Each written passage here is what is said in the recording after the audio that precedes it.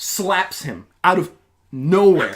Slaps him out of nowhere. And what does this motherfucker do? What does this motherfucker do, Tyler? He stays! Who would stay?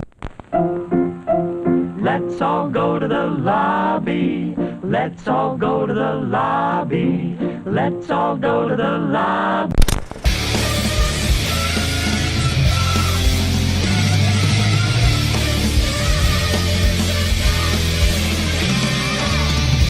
To get ourselves a treat. Oh, we're back. Welcome back. It's time to be on our A game, baby. Our B game. Our B game? Our B game. Our B game? Our beekeeper game? Is that what we're doing? We're quitting this podcast to do beekeeping, guys. Sorry, that's the big news. We're changing formula a little bit. That's right. This is now a podcast about beekeeping. It's called Let's All Go to the Beehive. Let's all go to the beehive. That's right. And Tyler's the queen. I don't know anything about bees. You're the queen. They hurt. They do hurt. Well, maybe they hurt inside, Tyler. They're going extinct. How do you know bees don't have feelings? What do they die every year? Something like that, yeah. They come back. How do you know that bees don't have feelings? They absolutely do. I mean, why don't you just keep a bet bee around? A bet bee? Bet bee? You know? A bet bee? A bet bee? AKA a pet bee? Because you're selfish. Because ow. Ow, yeah, that's true. That's ow. true. All right, so how you been, Tyler? I've been working a lot, dude. Yeah, me too. Went in for a job interview. Yeah, that's good. What is it for? It's for DX Racer. It's for like a gaming chair company. I don't know if I got it yet. Hopefully I do get it. That'd be awesome. But if I don't, there's no hard feelings, nothing bad. Just whatever. It's all good. I hope you get it for your sake. Thank you, bro. Thank you, bro. See, that's a true friend right there. I've been thinking a lot about my career lately, T-Kettle. All right. Well, And obviously I want to be a film director, film writer, as I'm sure you do too. However, I will admit, man, like this podcast has kind of sparked my interest in podcasting. I ain't gonna lie. Film critiquing. You know what I've been doing? I've been binging Siskel and Ebert. And Ebert and Roper, too. Really? But mostly Siskel and Ebert stuff, man. Like, I've just been going through reviews of just At the Movies with Siskel and Ebert, which is an amazing show, by the way. Did you ever watch that documentary? I watched Life Itself. Yeah. They did a lot of, didn't they do a lot of interviews or whatever? Yeah, they did. Yeah, they showed him defending a lot of movies, if I'm not mistaken. Yeah, I know that Siskel and Ebert, I don't know if you've ever seen it, it's a pretty famous clip. I'm familiar with it, yeah. Okay, where they defended Star Wars against I think it was Joe Simon, the the pretentious film critic. He was even from Italy from England or whatever, and he was like, I think that there's many films that kids can watch. Like there's this thing called Tender Mercies, and I'm like, Tender Mercies, like really? It's like that's like a hardcore drama about a country singer, dude. Like come on, that's what kids are into. That's what kids are into these days. Oh my gosh, Dad, can I watch Rudolph the Red-Nosed Reindeer? No, here's Tender Mercies. Oh, great. So I'm sitting there and I'm like, man, me and T-Kettle could do this. That'd be great. Imagine like redoing At the Movies with Niko and TKettle. That's what we're doing right now. Yeah, I know, but like in that exact format though. That'd be awesome. Because Ebert.com, RogerEbert.com, they own the rights to At the Movies, at the moment. So they did try to keep it going. Obviously, after Siskel and Ebert, they did Ebert and Roper, which was still pretty good. To get like two different opinions from like two different age groups and two different generations. It was a cool contrast there. But then, when Roger Ebert retired, they did it again with Ben Mankiewicz and Ben Lyons, and that was just garbage. Yeah, we were talking about that the other day when we were at the movie. Yes. Oh, look at that. And Ben Mankiewicz, if that does sound familiar, it's because he's in charge of like Turner Classic Movies right now, isn't he? Yeah, he took over for Robert Osborne, right? Yep. And that's when just he passed away. Yeah, that's just sad, man. Because Ben Mankiewicz is a douchebag. Anyway. Well, I don't really know the guy. I'm not gonna. I don't know. I know. I shouldn't judge him either, but I've seen other clips of him. He helped start like the Young Turks, and he's done a lot of political stuff too. He does that as well, and he's just I don't like him. And Ben Lyons, I haven't even heard anything about ever since that show ended. I don't even think I've heard of him. Right, exactly. So, and then after that, there was someone else with A.O. Scott, and A.O. Scott I've heard of, and he was with someone else. I can't remember his name, but they also did it for a while. And then after that was that's when it got canceled again, and then RogerEbert.com took over, and then they did it with a female critic. I can't remember her name, and then a guy named Ignaty Vitneveshki. Yeah, which is kind of a name right there. Twister. It is, and that obviously that kind of ended too. So we need to rejuvenize it, man. Yeah. Let's send RogerEbert.com a little letter. Let's just send him a link. Yeah, let's do it. You know, I'm down. Are you for serious? You want to do it? I'll do it. Maybe we can even film a little thing. Let's put a little bit more money into this. You know, Yeah. we should. Let's get those headphone cameras. Yeah, let's get the headphones first, and then we'll. Yeah. And then we'll talk about it. You know. All right. So, do you want to get into the news? The news, baby. I still, you know how I said I was gonna get like the headliners, like the little sound bites to be with every segment, and I still haven't done that yet. Guess what? No. I still haven't done it. Oh! I was so amped. He had a finger on the button and everything. He was going to play it. And I still didn't do it. That's what we call in the business a misdirection. Oh yeah. Misdirection, baby. All right. So let's start off with some sad news again. Because I don't know. I felt like we need to. Sad news, dude. Yes. I don't feel like stunt men and women get enough credit in the industry. They don't. You know, there's a lot of campaigning that stunt women and men should get Oscars. Did you know that? There should be like a best stunt. Yeah. I think there should be too. I don't understand why there isn't. For sure. You know, I mean, people like risk their lives literally. Some people have lost their lives doing stunts and stuff like that. So you really, they really should get more credit. So I feel the need to mention the legendary stunt woman, Kitty O'Neil, has unfortunately passed away at 72. I did some research into her because I didn't really know much about her until I saw this headline, you know? Mm-hmm. So I wasn't really sure if I wanted to cover it on the podcast, but like I said, I wanted to cover stunt people because they don't get enough credit. And honestly, looking up Kitty O'Neil, she's kind of a badass. How long ago did she, retire? 82. As a matter of fact, though, she is pretty legendary. She's a legendary stunt woman. She's done things for, Smokey and the Bandit 2, The Blues Brothers, Wonder Woman. And here's the crazy part, Tyler. Are you ready for this? Uh-huh. This woman was deaf. Straight up. She couldn't hear. She couldn't hear. Isn't that crazy? She lost her hearing when she was 5 months old after contracting measles and smallpox. So that is just badass. Not only is she a legendary stunt woman, she's freaking deaf. That's insane. I mean, that's an uphill battle right there. That can just show anyone can do anything. Good for her. Yeah, that was very, very awesome. And she also performed a number of stunts, including the time she plunged headfirst from a hotel roof onto an airbag near a pool. And she said even if she missed the center by a little bit, she would have died. But guess what? She's that good. She's that good. And she also made history when she set the land speed record for women's drivers in 1976. All right. And guess what? She still holds it. Dang, they never beat that. Huh? They never beat that, That's man. Awesome. Her popularity got so big that there's actually a Barbie doll named after her, and a television movie was made about her called Silent Victory: The Kitty O'Neil Story in 1979. That sounds really familiar, actually. Stockard Channing portrayed her in that film. She's from The West Wing. Oh. There you go. So, unfortunately, she passed away due to pneumonia, and she died at 72. But she is remembered forever. Rest in peace. Rest in peace. Thoughts and prayers go out to her and her family. She is amazing. I mean, that's an amazing life to leave behind, you know? Yeah, for and sure. And unfortunately, a lot of people might not know about it because stunt women and men don't get enough credit. All right, so rest in peace. We'll miss you. All right, so let's go on to our next story, Tyler. Are you ready here? Yes. All right, so 2 white boys who decided to DJ are making a... Chainsmokers. The Chainsmokers. Oh. Who, by the way, just look like... I hate to use the term fuckboy. I don't like it. I just think it's a stupid term that the Generation Z people or millennial people use. But I mean, look at these guys. Come on, man. What the hell is that shirt? I know. We're on Billboard.com right now. That's like a deathcore band shirt. Yeah, we're on Billboard.com right now. We're looking at a picture of the Chainsmokers, and my gosh. All right. Doesn't the guy to the left look like David Harbour? You know, yeah, a little bit. Okay, I can talk shit all I want, but I've actually never listened to them. So I can't say anything. You know, I can't necessarily say anything either because I do have a guilty pleasure for some of their songs. Not even a guilty pleasure. They do have some good songs, some good electronica songs, you know? Okay. They even started off with a really shitty EDM song called Selfie or whatever.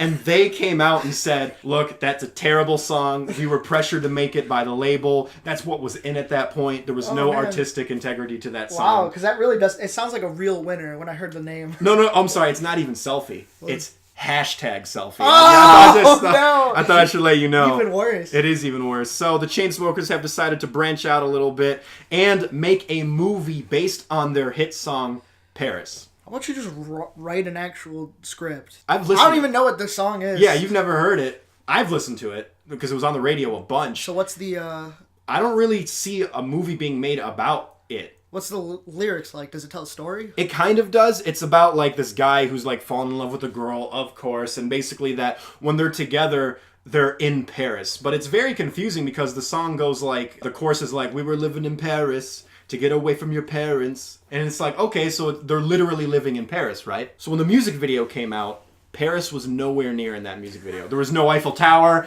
There was nothing. Paris was not even the landscape. And that video was heavily criticized for that. And then they released a statement saying, oh, Paris is actually a term used to describe a state of mind. It's a state of bliss between a man and a woman. So it's meant in a metaphorical sense, not in a literal sense. That's what Paris meant. What the fuck is this movie going to be so like? I'm like, what? I can only imagine. So is this movie not going to take place in Paris, but it's called Paris because Paris is like a state of mind? What? Like, I don't know, man. I don't want to be a surreal movie. I know, right? I don't want to. I mean, the video itself, the music video, was a little surreal because it's like a floating house and stuff like that. But it's nothing to write home about. In all honesty, it was kind of like dumb. It just sounds like they're tooting their horn. I mean, it kind of does. I've seen them in a couple interviews, and they do seem a little cocky, to be honest with you.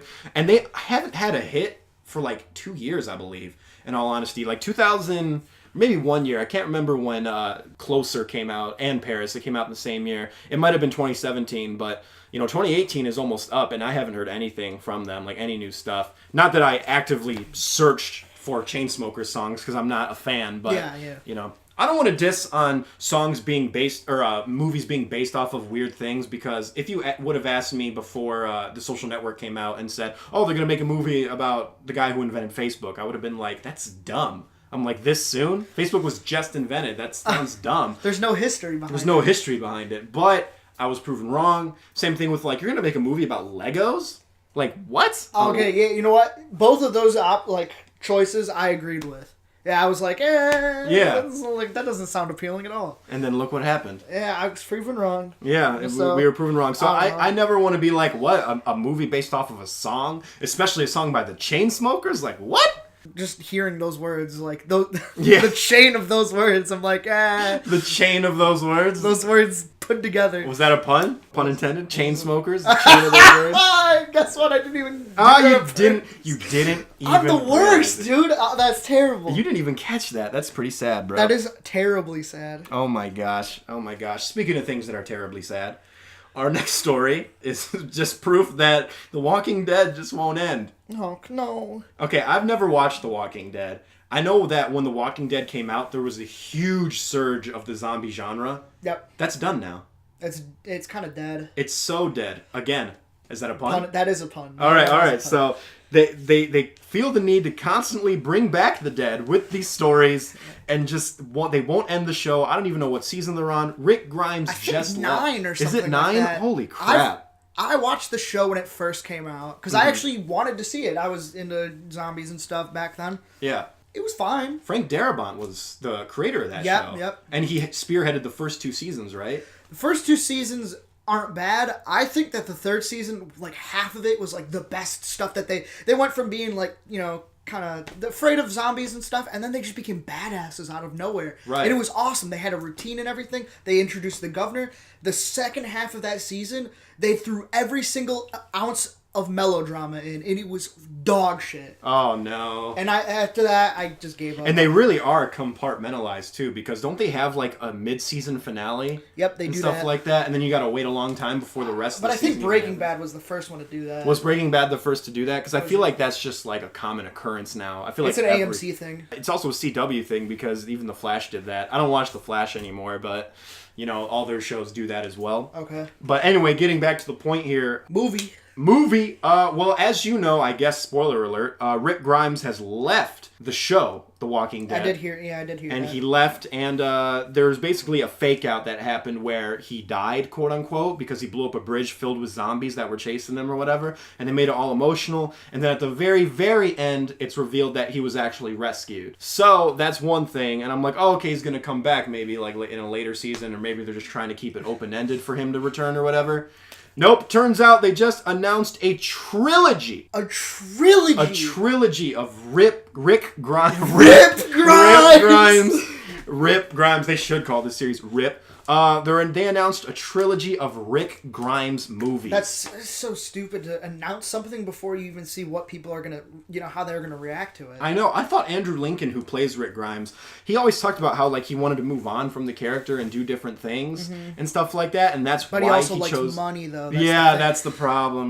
We should definitely emphasize like spoiler at the beginning of that part. We did, but I mean, who cares about The Walking Dead? Let's get real here. Some people actually do. I know they still do, and it's kind of strange. I feel like a lot of people. It's because of that villain that came into it. Oh, everyone Negan. really likes him. Yeah, because he's actually from the comics. Yeah. And he was like Sounds really like well a badass. And he's played by the dude who played. Yeah, the Jeffrey Dean Morgan, Yep. or Jeffrey Lean Morgan. Because he leans all the time. That's like his trademark. Yeah. I don't know if you knew that. That's a way of dominance for him. Yeah. When he leans in. There's a lot of weird character quirks that a lot of actors do, like Harrison Ford points, Tom Cruise runs. Michael Sheen has a weird way he puts on a jacket, but it's so cool.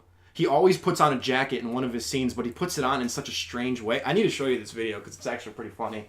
That's one thing that Jeffrey Dean Morgan does is he leans. He like leans against stuff all the time. It's very strange. But anyway, so spoiler alert, Negan's dead. So I guess they're really just beating that zombie horse a little bit here, and they're making a trilogy. Okay. Yeah, they want to expand the Walking Dead universe, apparently, with Fear the Walking Dead, which is another show, and the Rick Grimes movies. And here's the thing I haven't been able to find here, because I looked up a lot of different articles about this. I can't see if this is going to be a TV movie, like TV movies, or if this is going to be in the theaters. We'll have to wait. Yeah, I don't know. I guess they could be good, but I mean, I never watched The Walking Dead, so there's no way I'm going to watch a freaking Rick Grimes movie just, without watching The Walking Dead. You don't have to watch that show, but you should watch the show that we're going to talk about next. And that's a good segue. You need to watch Breaking Bad. Breaking Bad. I know. A lot of people say I need to watch it. I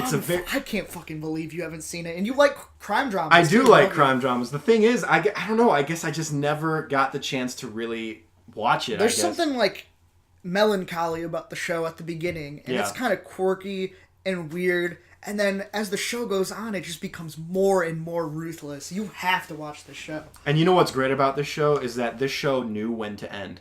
It did know when to end, and the ending was so good. And I don't really understand why. Like, okay, I'll be honest.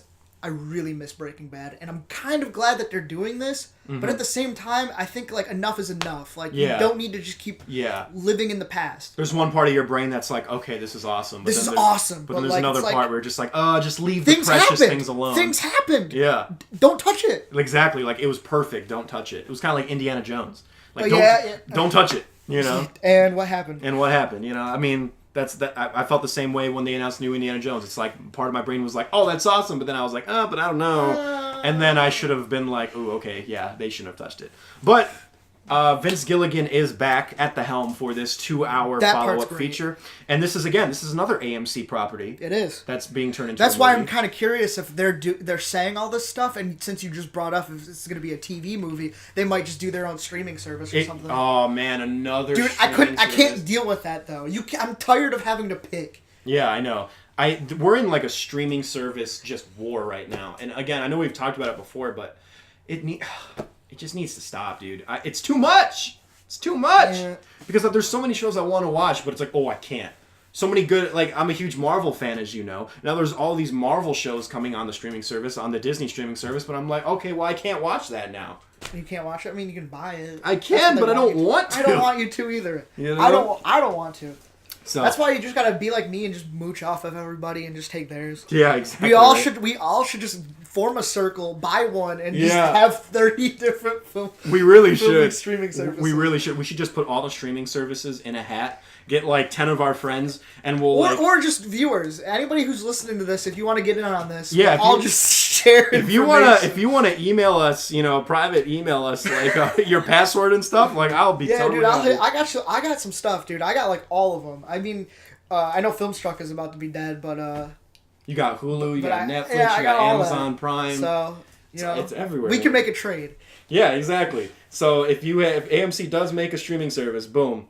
you should get it and then send us the password. Please. You should. And again, I don't know, like you said, I don't know if this is going to be a TV movie or like a streaming service or in the theaters, but apparently it does focus on Jesse Pinkman. The best character in the show. Yes, and we don't really know if Bryan Cranston is going to return in some capacity. I'm glad that they haven't said that. Yeah, so we don't really know. Even they asked Bryan Cranston if he's going to come back, and he just said... He just shrugged, probably? Yeah, he's like, I don't know. He's like, I mean, it would Good. be great, but... Thank you. Yeah, so we'll I'm tired of, like, publicity just fucking ruining everything. Just I know. Spoiling They literally really everything. do. And, I was just thinking about this the other day where it's like, Marvel is kind of bad at doing that, or Disney. Very bad Or at doing especially that. Sony, too. It's like, spoiler alert for the end of Infinity War, Spider-Man, he bites the dust. Pun, get it? Ah! Yeah! Okay. Spider-Man bites the dust. I just wanted to say that pun. Do. Yeah, do. I don't want to go. Do. Mr. Stark, do.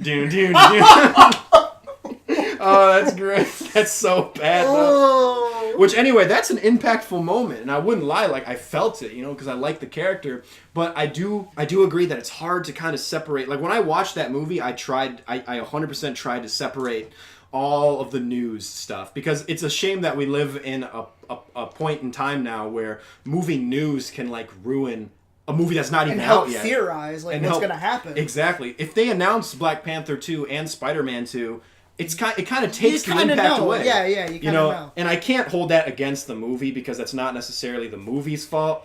It's a lot of it is like, the company's fault and just the world we live in now. So it is annoying. And maybe, who knows, maybe Spider-Man Far From Home is a prequel and maybe Black Panther 2. Maybe they choose a different guy to be Black Panther. I don't know. They could do anything at this point and people will watch it just because Marvel's name is on it. Sure. So... I'm giving Marvel some credit. We don't exactly know what they're going to do. True. We're all just theorizing stuff. Yeah. I have a theory. It's such a dumb theory. I know they're not going to do it. But what if Spider-Man Far From Home ends with that return home? The return home, and then Spider-Man looks out the window from Infinity War, sees the giant donut, and then it just cuts there. I mean, that's what they could do. It could be that gap. They could. They could do that. That's my theory. I mean, I like that. That I would like that too. And then it's like, oh shit. Because a lot of people are like, are they really going to release a trailer for Spider-Man Far From Home before Avengers 4? They can't do that. Like, no way. That'd be awful. Huh. But if that's the case where it's a misdirect, where it's like, oh, okay, it's a sequel, but then at the very end it's like, oh no, this was just leading up to his side of Infinity War, I would have been like, I'd respect that. I'd be like, okay. Not a bad theory. Not a bad theory. All right, you want to talk about something you're unfortunately that you hate? No. Kingsman 3. No. Rip Eggsy. Dude, Rip Eggsy. they're taking away Taron Egerton. Taron Egerton is not going to be in it. Oh, that's so upsetting. That is so weird, and especially because it goes against what Matthew Vaughn has previously stated about the movie, where it was going to be the culmination of the Eggsy-Harry relationship. But not anymore. Oh, dude, don't tell me they're going to try to replace him. I honestly don't know what they're going to do. A lot of people don't exactly know what they're going to do at this point in time. I don't know. I feel like he is the heart and soul of that franchise. He really is. Know? I didn't even know that I wanted him until he was in the show. Until I saw the movie. I didn't even know who he was. That really put Taron Egerton on the map, that movie. So I don't know what they're going to do. I don't know what Matthew Vaughn's going to do. There has been talk before. There's been a little rumblings here that Matthew Vaughn has always wanted to do the spin-off or the prequel to Kingsman called The Great Game, which is actually set in the early 1900s. And I don't know if that's a comic book. I know The Kingsman's a comic book, but I don't know if The Great Game is a comic book. It must be, because it says the film would be a prequel set in the 1900s with Ralph Fiennes rumored to be a part of it.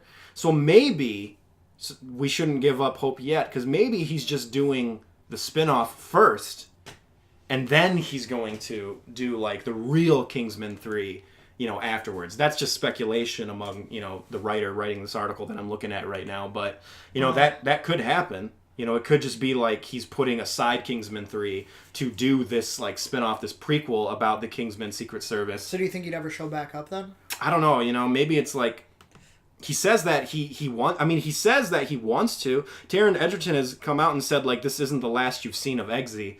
But he's just not going to be a part of the next Kingsman movie, is what he said. So, I don't know.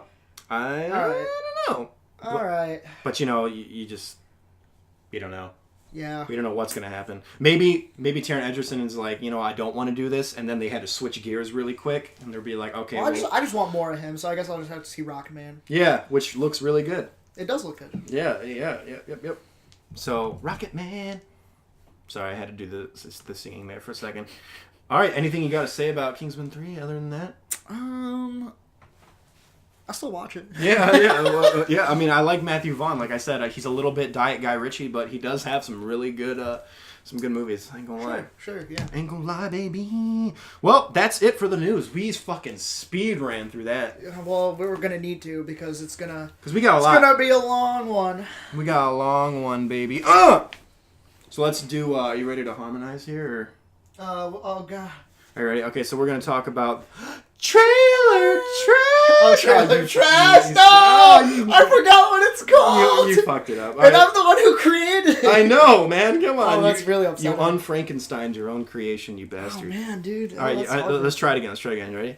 1, 2, 3. Trailer trash. All right, there we go. We got it. That's pretty good. We got it. All right, so the Ballad of Buster Scruggs Trailer 2 came out. It's looking real good. It is looking very really excited. good. Actually, I'm way more excited than I was for the first trailer. And I was watching it when my brother was in the room, and he's like, "Do not watch that without me." It looks I'm so watching good. It, too. It looks so good, doesn't it? It does. It looks so Coen Brothers. Is this movie an anthology, like of different? Yeah, Western it's either stories? that or if it shows like 6 different perspectives Yeah. of coming into the same town or something like that. Yes. And Man, it's so cartoony. I love it. It's as soon as he such comes in the yeah. room and he pats himself Yeah, off. Oh! And there's like a silhouette of like the dust smoke, around him. yeah, it's great. so good. It's so great. And it harkens back to a lot of kind of goofy, like westerns. Like there's a western called, I think it's called The Man with No Name or something like that. And it's it's like a comedy western.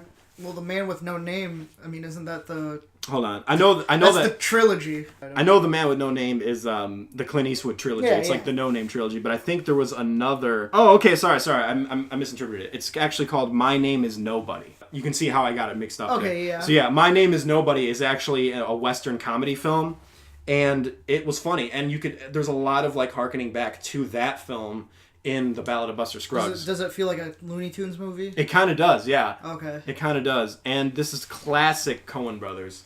It's classic Coen Brothers, because True Grit was also very like Coen Brothers, but this is like that quirky comedic side of the Coen Brothers that I really like to see. Yeah, so bringing all their older stuff and kind of mixing it in. It's like Big Lebowski and stuff like that. Yes, it's like Big Lebowski in the West, and I can't wait for it. I'm very excited. It looks very, very good. And you know what else looks really, really good? Which one? Deadly Class. Deadly Class does kind of look. It looks interesting. You know what? It's a TV show. It is a TV show. We're going to talk about this. The Russo brothers are attached to it. They're producing it. Of course, Wong is in it. Yep. You know his name is B.D. Wong in real life, and B.D. he's playing a character named Wong as Yep. well in the Avengers movies.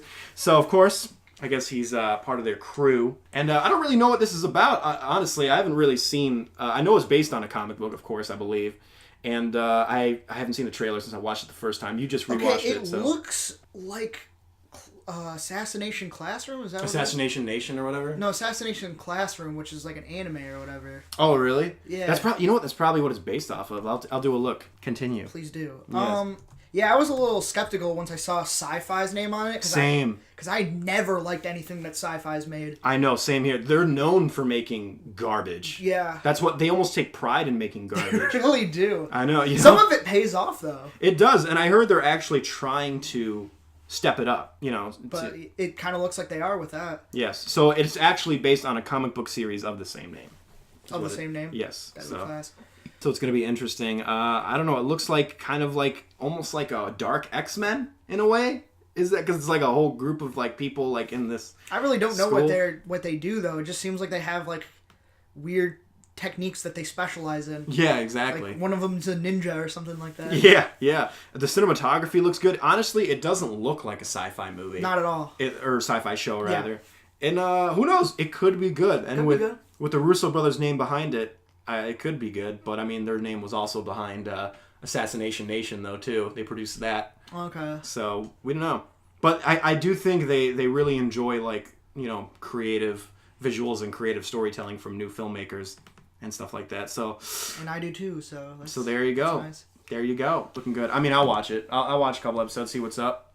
I don't even have cable. That's the problem. Oh, I don't either, actually. But We thought about watching it, but we don't have a way to watch it. That's true. I mean, there might be like a way to Yeah. to watch it online or something like that. Maybe part of their own website or something. All right, that's all I got to say about that. Anything else about Deadly Class? All right. Ooh. Let's talk about a trailer that really pissed me off. Oh, no. 5 feet. What's it called? 5 feet apart. You see, you already forgot it. I already because forgot it looks it. terrible. All right, this film is a borderline offensive, cliched, stupid story that is just 100%. What was the first? Fault in Our Stars. Exactly. That was the first thing you thought of. Me too. This movie is 100% Fault in Our Stars. And it looks like... no charisma. It looks like the straight-to-DVD version of Fault in Our Stars. Without Ansel Elgort. Without Ansel Elgort. Instead, they got Cole Sprouse from CW's Riverdale. And is that what he's from? yes, that's what he's from. I have a real problem here with... It's like, I don't know, I find it a little offensive to be like, okay, yeah, you can be sick, but here's the thing, you have to be pretty. It's just like all these like pretty CW stars pretending to be sick and pretending to fall in love. I'm like, I don't know. It's just a little annoying. It's a little annoying. It just looks like so derivative. Literally never crossed my mind. What you're thinking never crossed my mind. What, really? Never. The whole like pretty people who are sick sort of thing. I mean, come on. I mean, pretty people can be anybody. I know that's vice true. versa. That's true, but I feel like there's always a committee of people behind these films that are like, okay, yeah, you can depict real illness and like real stuff like that, but you got to get some pretty actors to be this, Yeah. Like A Walk to Remember. I mean, Fault in Our Stars even a little bit, but I feel like A Fault in Our Stars, I've never seen it, but it looked more like real than something like, I don't know, A Walk to Remember, which just seemed really overdramatic. No, that was kind of overdramatic. Was it? Okay, Yeah, I've never seen it, so I can't necessarily. Literally, the really good thing about it is Ansel Elgort. Yes. So instead of Ansel Elgort, you have Cole Sprouse, who does not look like he has any charisma. Really, it's just he's honestly put on screen because he's a pretty face and because a lot of like young girls really like him. This just seems so pandering to that crowd, the whole YA crowd, that I just don't like. And you know what? That's fine. I mean, we don't have to be the target audience here. No, we don't. But at the same time, we can still acknowledge when a movie looks Bitch good and or moan. not. Yeah, exactly. And another thing I really don't like about this movie, and this could totally be coincidence here. Totally be coincidence. Even at the end of movies, they have that, disclaimer. I don't know if you've ever noticed, but at the end credits of every movie, they have any portrayal of anyone in this movie that resembles anything real is strictly coincidental or whatever. Uh-huh. So, I don't know. This could be coincidence, but pretty recently, actually, September 2nd, 2018, so like a couple months ago, there was a YouTuber who also had cystic fibrosis named Claire Wineland who passed away. And in this movie, we have another pretty girl, with cystic fibrosis, who is also a YouTuber who like vlogs in almost the exact same manner. It's very strange. Like she's like talking about her illness in front of the camera, just like Claire Wineland did. And Hollywood is not above this. Hollywood has always taken advantage of recent events and recent deaths of people, and it has exploited it. So I don't know. Again, it could be a total coincidence, but it seems like from an objective point of view, from my personal opinion, they're profiting off of the recent death of Claire Wineland. I mean, look, she even looks like the actress. I mean, come on. She looks like Haley Lou Richardson, doesn't she? She looks almost exactly the same. A little bit. I mean, she looks very similar. So again, I could be wrong here. You're probably right though. But I'm probably that mentality had to be a part of it. It's not beneath them. No, it's not. They did the same thing to Steve Jobs twice. Look at that! We did it. That was good. And they do the. They're probably gonna do the same thing with Aretha Franklin. Oh yeah. I mean, she deserves a movie. Don't get me wrong, but like, but you're really just gonna do it right now. As soon as she passed away, everyone in Hollywood was like, "Oh, write that script now." You know what I mean? I'm sorry for your loss. So, like, sorry for your loss. Showing up there. Exactly. You mind if we talk to you, get some interviews? Yeah, exactly. I'm so sorry for your loss. Hey, Joe, write that script right fucking now. Or it's like there's write that line down. Write that line down. Or it's like there's just one guy in Hollywood whose job is to like keep refreshing like the Hollywood Reporter page until another death pops up, and he's just like, "Oh God! All right, we got another one. Oh. Joe, God, I hope that's not the truth. I know, for real, though. But I mean, come on, though, man. They've done it before, and they're not... It's not beneath them. It's not beneath them, so... I am definitely... I'm not interested in this movie. Me neither. It looks terrible. It looks terrible regardless. If it looked like... They should just do a story about Claire Wineland. Like, do a documentary or something. I mean, do something like that. Don't make this weird, like, pseudo-realistic... I don't know. It just seems really offensive to me, honestly. Mm-hmm. You know, personally. So, rest in peace, Claire Wineland. I prefer the documentaries over making the actual movie. Anyway. Like Man on Wire and stuff like that? Yeah, versus The Walk. And then they're just about to do it with Ruth Bader Ginsburg. Bader Ginsburg. Yeah, on the basis of sex, which is actually the last film that comes out this year, believe it or not, in 2018. Oh, okay. So, yeah, it's so... And I just picked up I'm starting to use a library again. I just picked up RBG, so I'm going to check that out. Yeah, so sometimes doing a documentary is better. It is better, but nobody watches it. That's the problem. That is the problem. So, but again, it could just be total coincidence, but it is a little offensive to me. And, you know, Hollywood has always capitalized on recent tragedies. And I'm not saying that even some of those movies are decent, like Stronger and Patriots Day. I haven't seen either of them, but I heard they were really good. Yeah. But those did capitalize on a recent tragedy. And, you know, Hollywood does that from time to time. I think they expect it to be, like, inspirational or something like that. Yeah, that's true. Maybe they have good intentions, but... I don't know, sometimes it can be offensive. They gotta walk that line. It's just too soon. It is just too soon, exactly. And with Claire Wineland, rest in peace, we love you. I don't know. There's something about this film that just really rubbed me the wrong way. Mm-hmm. And even outside of that, it still looks bad. True. So, alright, move on to our next film, Missing Link, which is the new film by Laika Studios. And this film looks like a piece of crap. So it doesn't look very good. It doesn't look very good. It actually, you know, I really want to talk about that just because I wanted to do that joke. Well, yeah, you know, Laika. That's the one that you've been sitting That's on? the one I've been sitting on. It looks like a piece of crap. Oh, okay. It actually, in all honesty, though, it kind of doesn't. It just looks really, like, middle-of-the-road fare. And coming from Laika has made some really good films. Yeah, they have. You know, Coraline, Paranorman. I haven't seen The Box Trolls. And then Kubo and the Two Strings. Kubo. Amazing films. Like, I think Chris Stuckman called them the new Studio Ghibli. Or Ghibli. Ghibli, yeah. Ghibli, yeah. He's like, the American Studio Ghibli is what he calls them.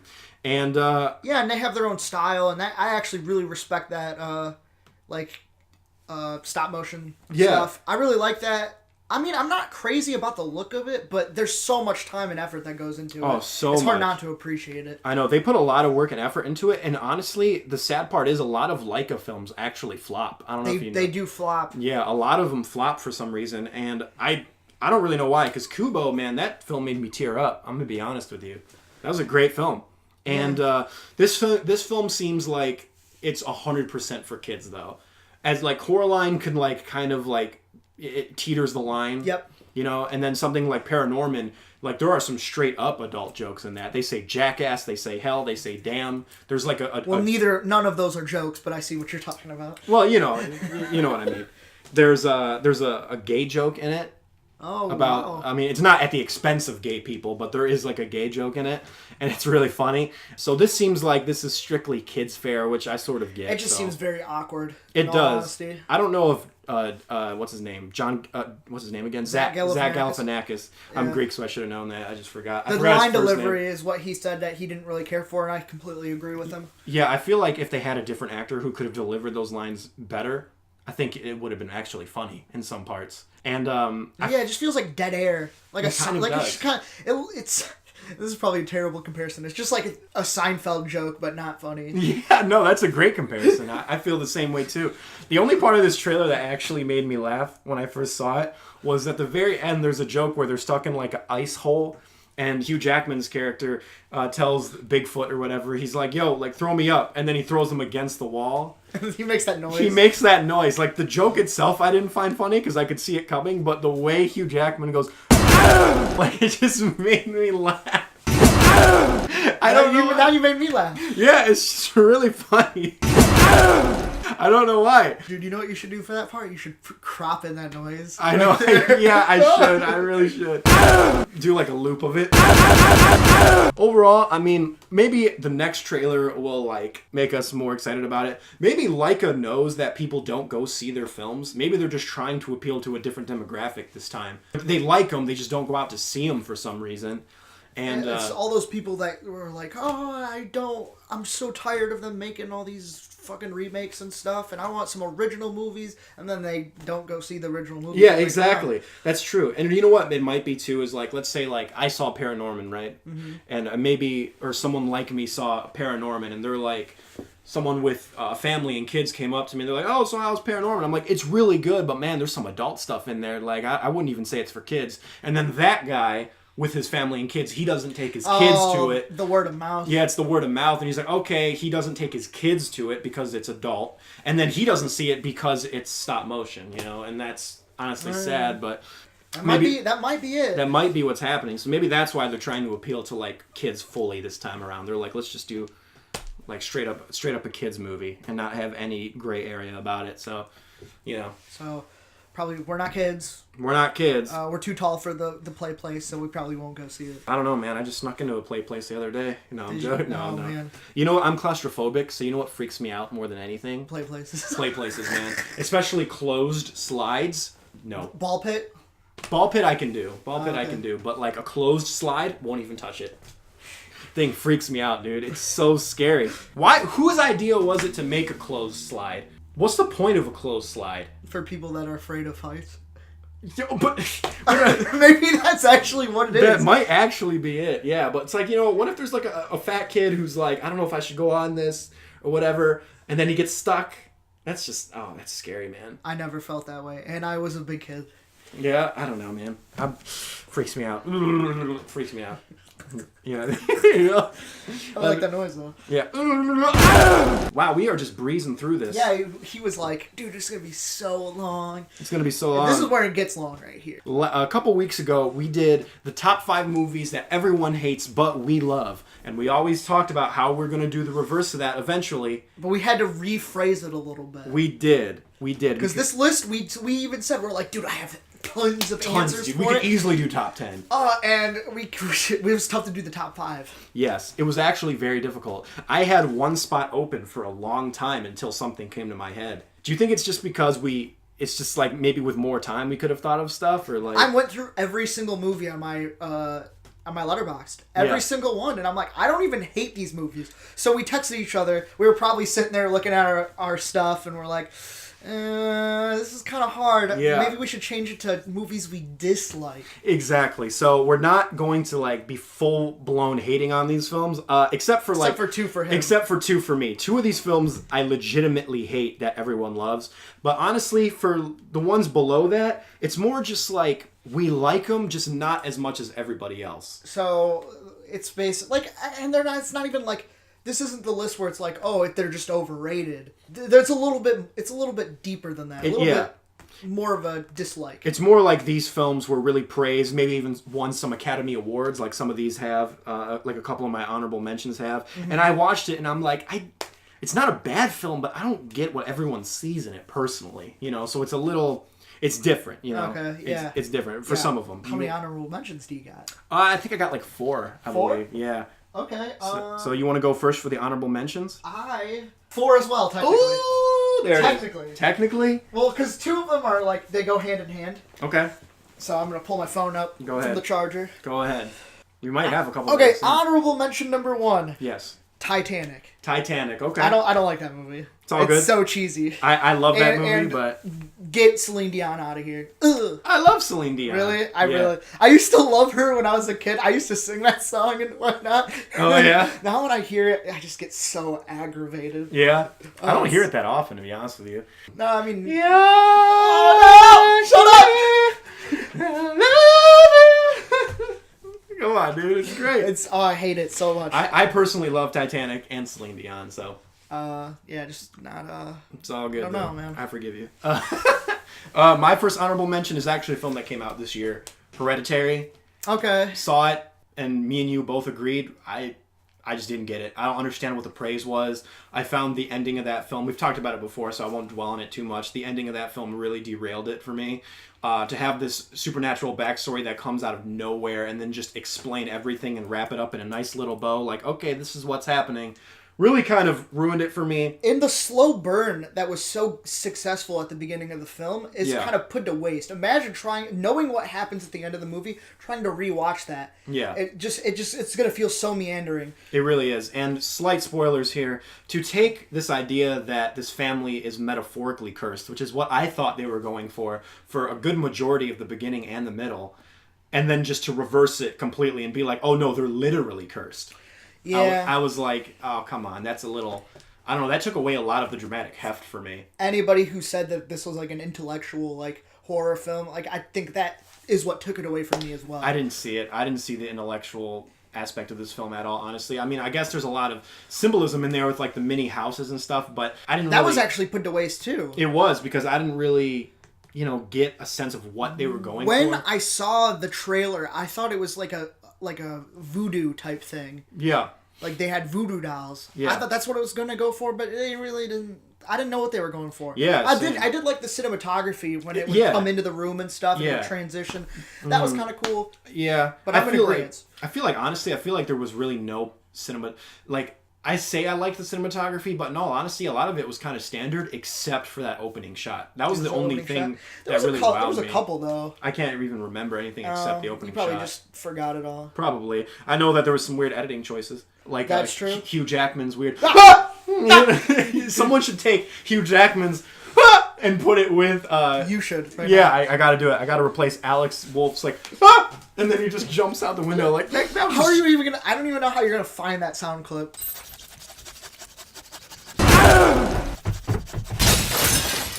That was a straight, like, Buster Keaton, Charlie Chaplin cut. And you expect me not to laugh at that? Without the sound. Without, like, I was like... With the sound. Yeah, I was like, that is a total comedic cut. And you expect me not to laugh at that? I cracked up in the theater. Man, that was probably so ruined funny. it for people. But...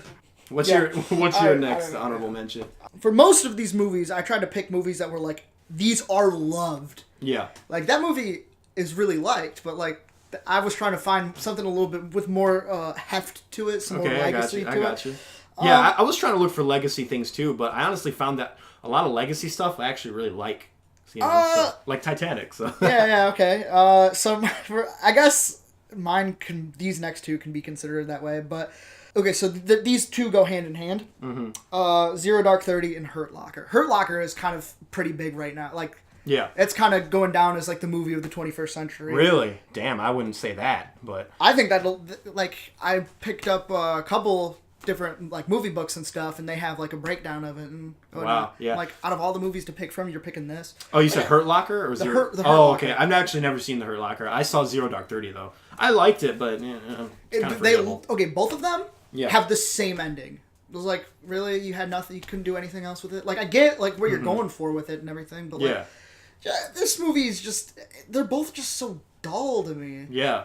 And I don't know, it's such an interesting story that this just didn't get me intrigued with it. I can see that. I don't know. I can see that. It's not that's... And even with the Hurt Lockers, like, they filmed like 3,000 hours worth of content. Like, that was what you gave us. That's right. What you brought out of it. There was actually some really good shots with it. But really, this is the movie that we're going to take from the 21st century and just like... Won Best Picture, the poster boy of it. Didn't win Best Picture? It did. The Hurt Locker? It did. Wow. I should see it. I've never seen it. So maybe I shouldn't. I don't know. We'll see. Yeah. Again, a lot of these films are really recent for me. I don't know why. Maybe it's just because I have this weird mental block up where, like, disappointing wise are just like the most recent things on my mind. I had a lot of that too until I looked through Letterboxd. I was trying to look through stuff, but I didn't start Stardust until like last year, so I didn't have a lot on there, So I was, and those are all recent releases. Did you ever have an IMDb? I have an IMDb, but I don't really do anything with it. Oh. So I don't know. Maybe it's just I have that mental block up. There was one that I did remember that I actually did put on my list. The reason I'm bringing this up is because my next honorable mention is Shape of Water. That also won Best Picture last year. I liked the film. Don't get me wrong, but I thought it was being severely overpraised. I mean, I like a lot of the performances, but I feel like the relationship between Sally Hawkins? Sally Hawkins. Yeah, Sally Hawkins and the creature, I felt like was rushed way too much. I didn't feel a real connection between them. I felt it was really rushed, and I didn't buy it, is the problem. See, I can kind of see where you're coming from. It's more like a daydream. It's kind of euphoric with that. It is, yeah. And that's kind of the way that she lives anyway, because she watches those black and white movies and she daydreams about the song and dance and stuff like that. Yeah, so I can kind of see where they're coming from. I like the aesthetic of the film. I do. I just don't feel like the central aspect, the thing that anchors the film down, is that love story. And if you don't buy into the love story in a love story, sure. You can't really relate to the film. I do love the look of the film, and I think it does harken back, obviously, to old school films. I mean, including, like, The Creature from the Black Lagoon. I mean, that's obvious. Except it's sort of a reversal, too, because the woman actually does reciprocate the love. But, and I understand what the film is going for, and I appreciate the message of, like, everyone has that, there's a character that's gay. I was going to say, how do you like Richard Jenkins? That's his name, thank you. Richard Jenkins is great. Octavia Spencer is black. And during the 1930s, right? Or something like that. Or 50s, 40s, somewhere in that time, I can't fucking talk.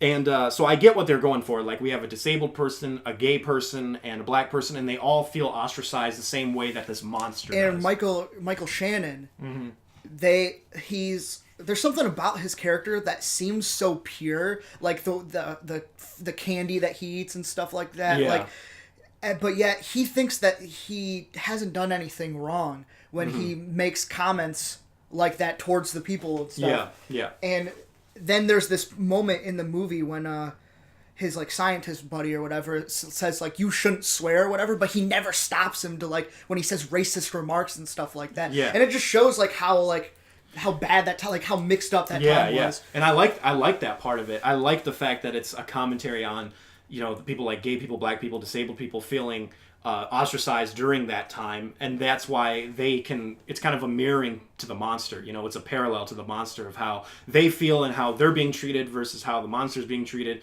so they can connect to the monster in that way because they're being treated almost the same way. Yeah. Without like the violence, obviously. Yeah, they definitely connect thematically. They do thematically, but it's great on paper, and I love it, but watching the actual film, I felt like the central love story, I was like, I'm not really feeling this. So I couldn't really relate. I couldn't buy it.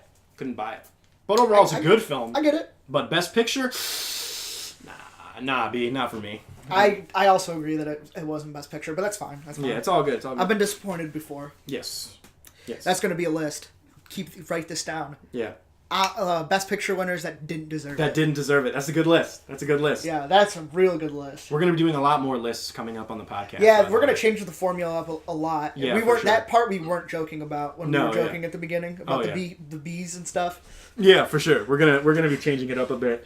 And I mean, we already got rid of one segment, which was recent releases. And you probably didn't even remember that. And you guys probably don't even remember it because it came quick to us that a lot of these recent releases, they're not worth talking about. And it's going to be stuff that we're going to have seen the trailer, and we will have talked about the trailer, so what's the point what's the whole point of doing it? So, So again, we're adapting as we go, is the thing. And I like having a list during this segment. I really like lists, dude. Yeah, there's so much fun. I like it a lot. So, anyway, what's your next honorable mention? My next honorable mention is the original Evil Dead. The original Evil Dead. I don't really care for it. It's not scary. It's not funny. I don't know. I totally understand. I think people love it more so because it's an achievement of low budget filmmaking rather than the actual film. And that's totally fine. Yeah. I just prefer Houseu. Yeah. The Japanese Evil Dead. Yeah, and actually that came out like 2 years before Evil Dead. Oh yeah. Yeah. That's awesome. Yeah, I mean, much respect to Sam Raimi, but Evil Dead 2 is so much better. Agreed. Than Evil Dead 1. Agreed. How about this? Would you rather watch Evil Dead 1 or the remake? Well, I have seen the remake, and that one's more of just more brutality to it. Yeah. And more gore fest. It doesn't really have a purpose. It's not funny. Yeah, exactly, which is weird. Nah. So which one would you rather? I think I'd probably just rather watch the original. The original Evil Dead? Okay, yeah, so there you go. But overall, it's just nothing Yeah. to write home about.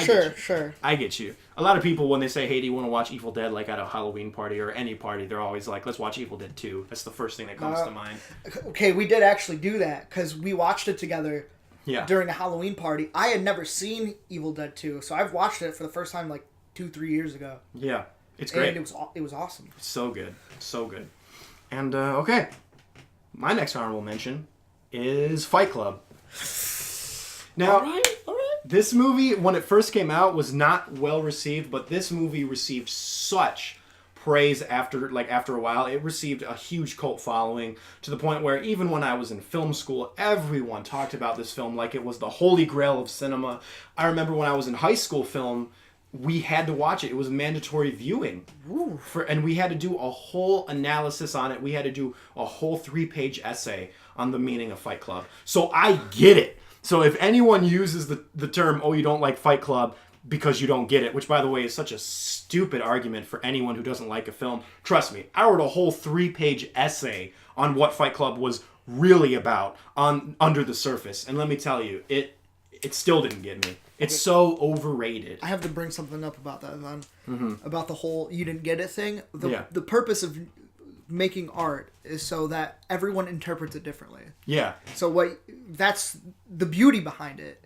And what you got out of it just didn't mean as much to you. That's fine. Exactly. It's totally fine. Exactly. And I think people who use that argument, they probably just can't formulate a good rebuttal for what the other person is saying. So like, oh, you just didn't get it. It's like, no, what? It's all about interpretation, man. And I didn't like Fight Club. That's totally fine. I've already heard him say this, so I'm not like shocked. Most of these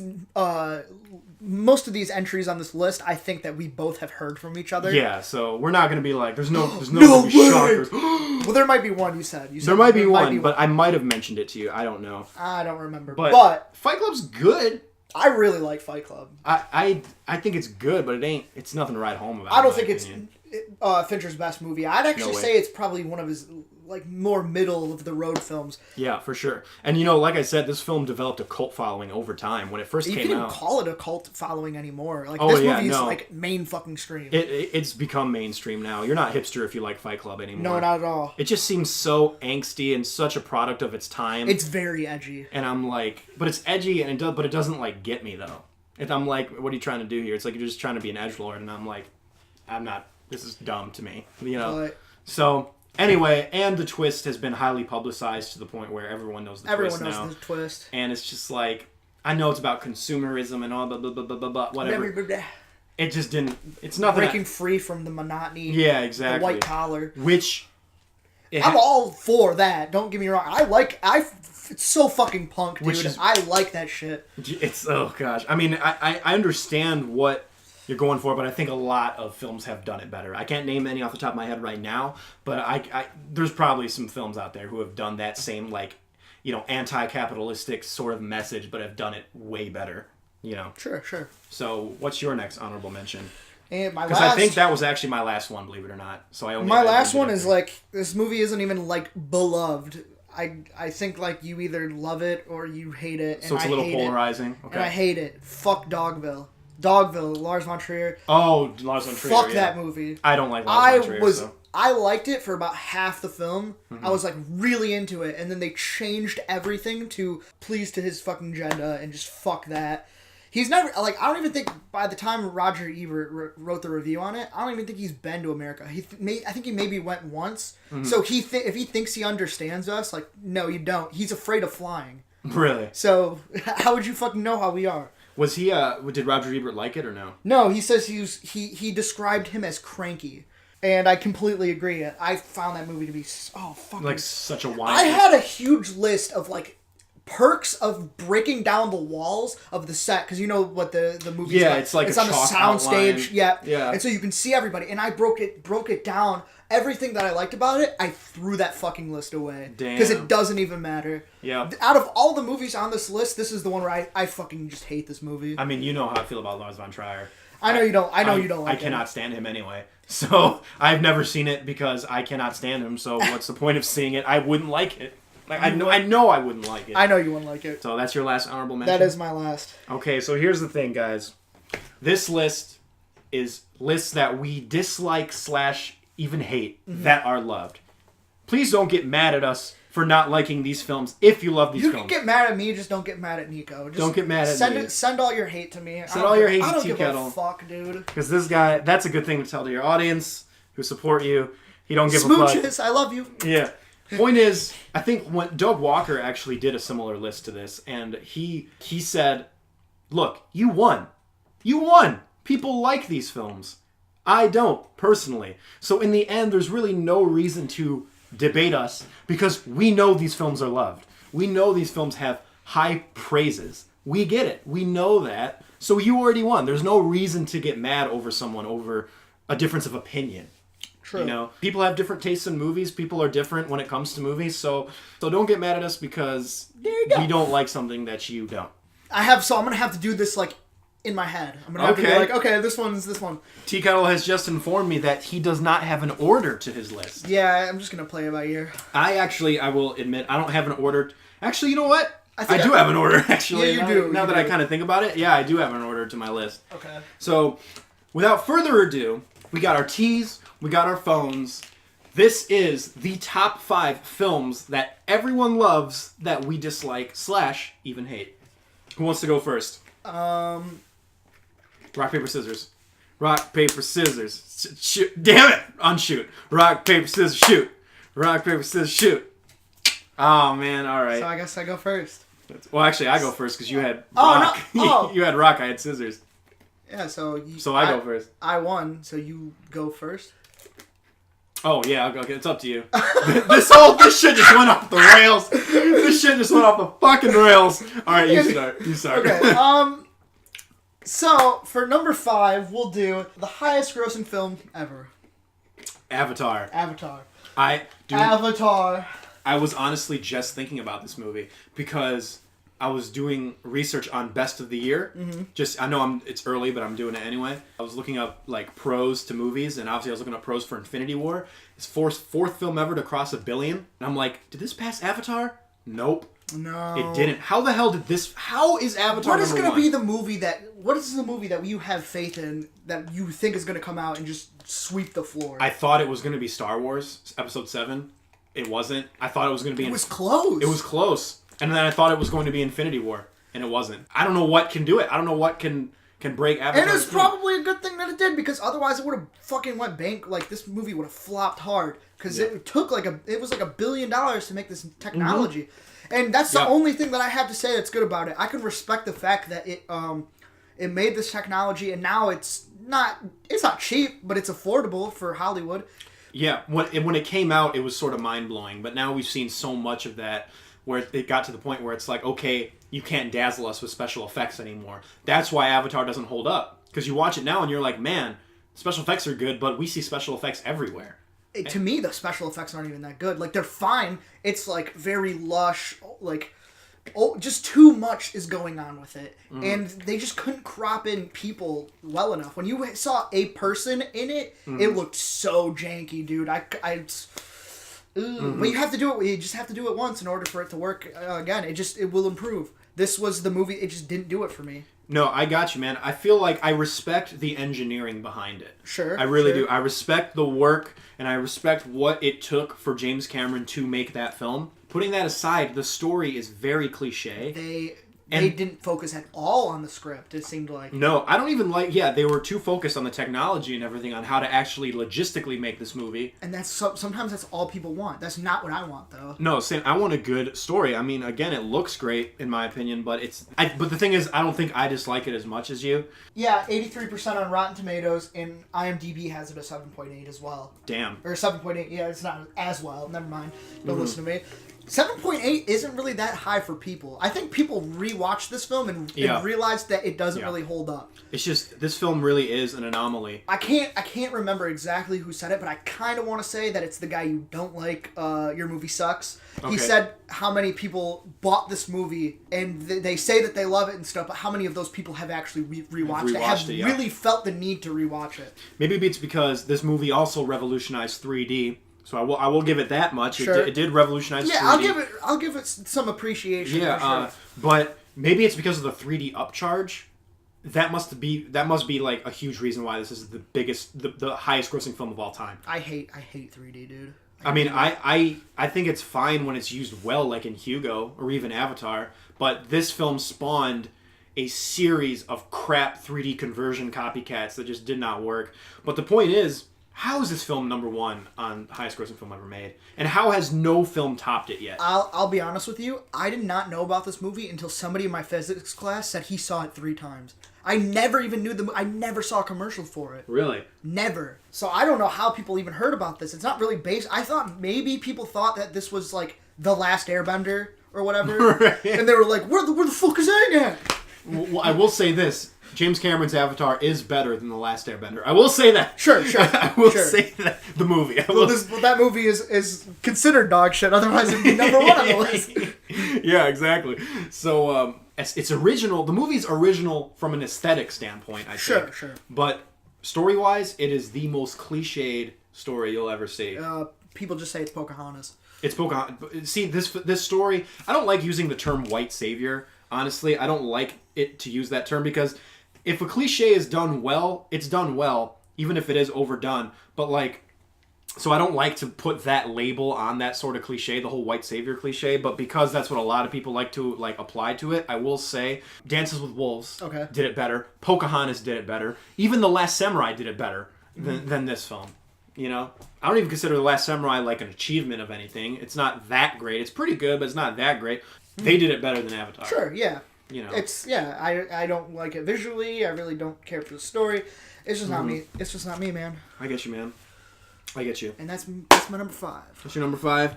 My number 5 is a film that so many people love, and I'm going to piss off some people, probably including you. 99% on Rotten Tomatoes. 94% on Metacritic. Get ready. Oh, God. It's crazy. Oh, God. Lady Bird. Oh, yeah. I already knew that. I do not get it. I'm sorry. I know that this is semi-autobiographical to Greta Gerwig's life. I feel like the thing that makes you like Lady Bird is predicated on the fact that you have to relate to this film. Because everyone I see who is praising this film can relate to the Saoirse Ronan's character in a certain way. They can relate to Lady Bird in the fact that they also went to an all-girl Catholic school.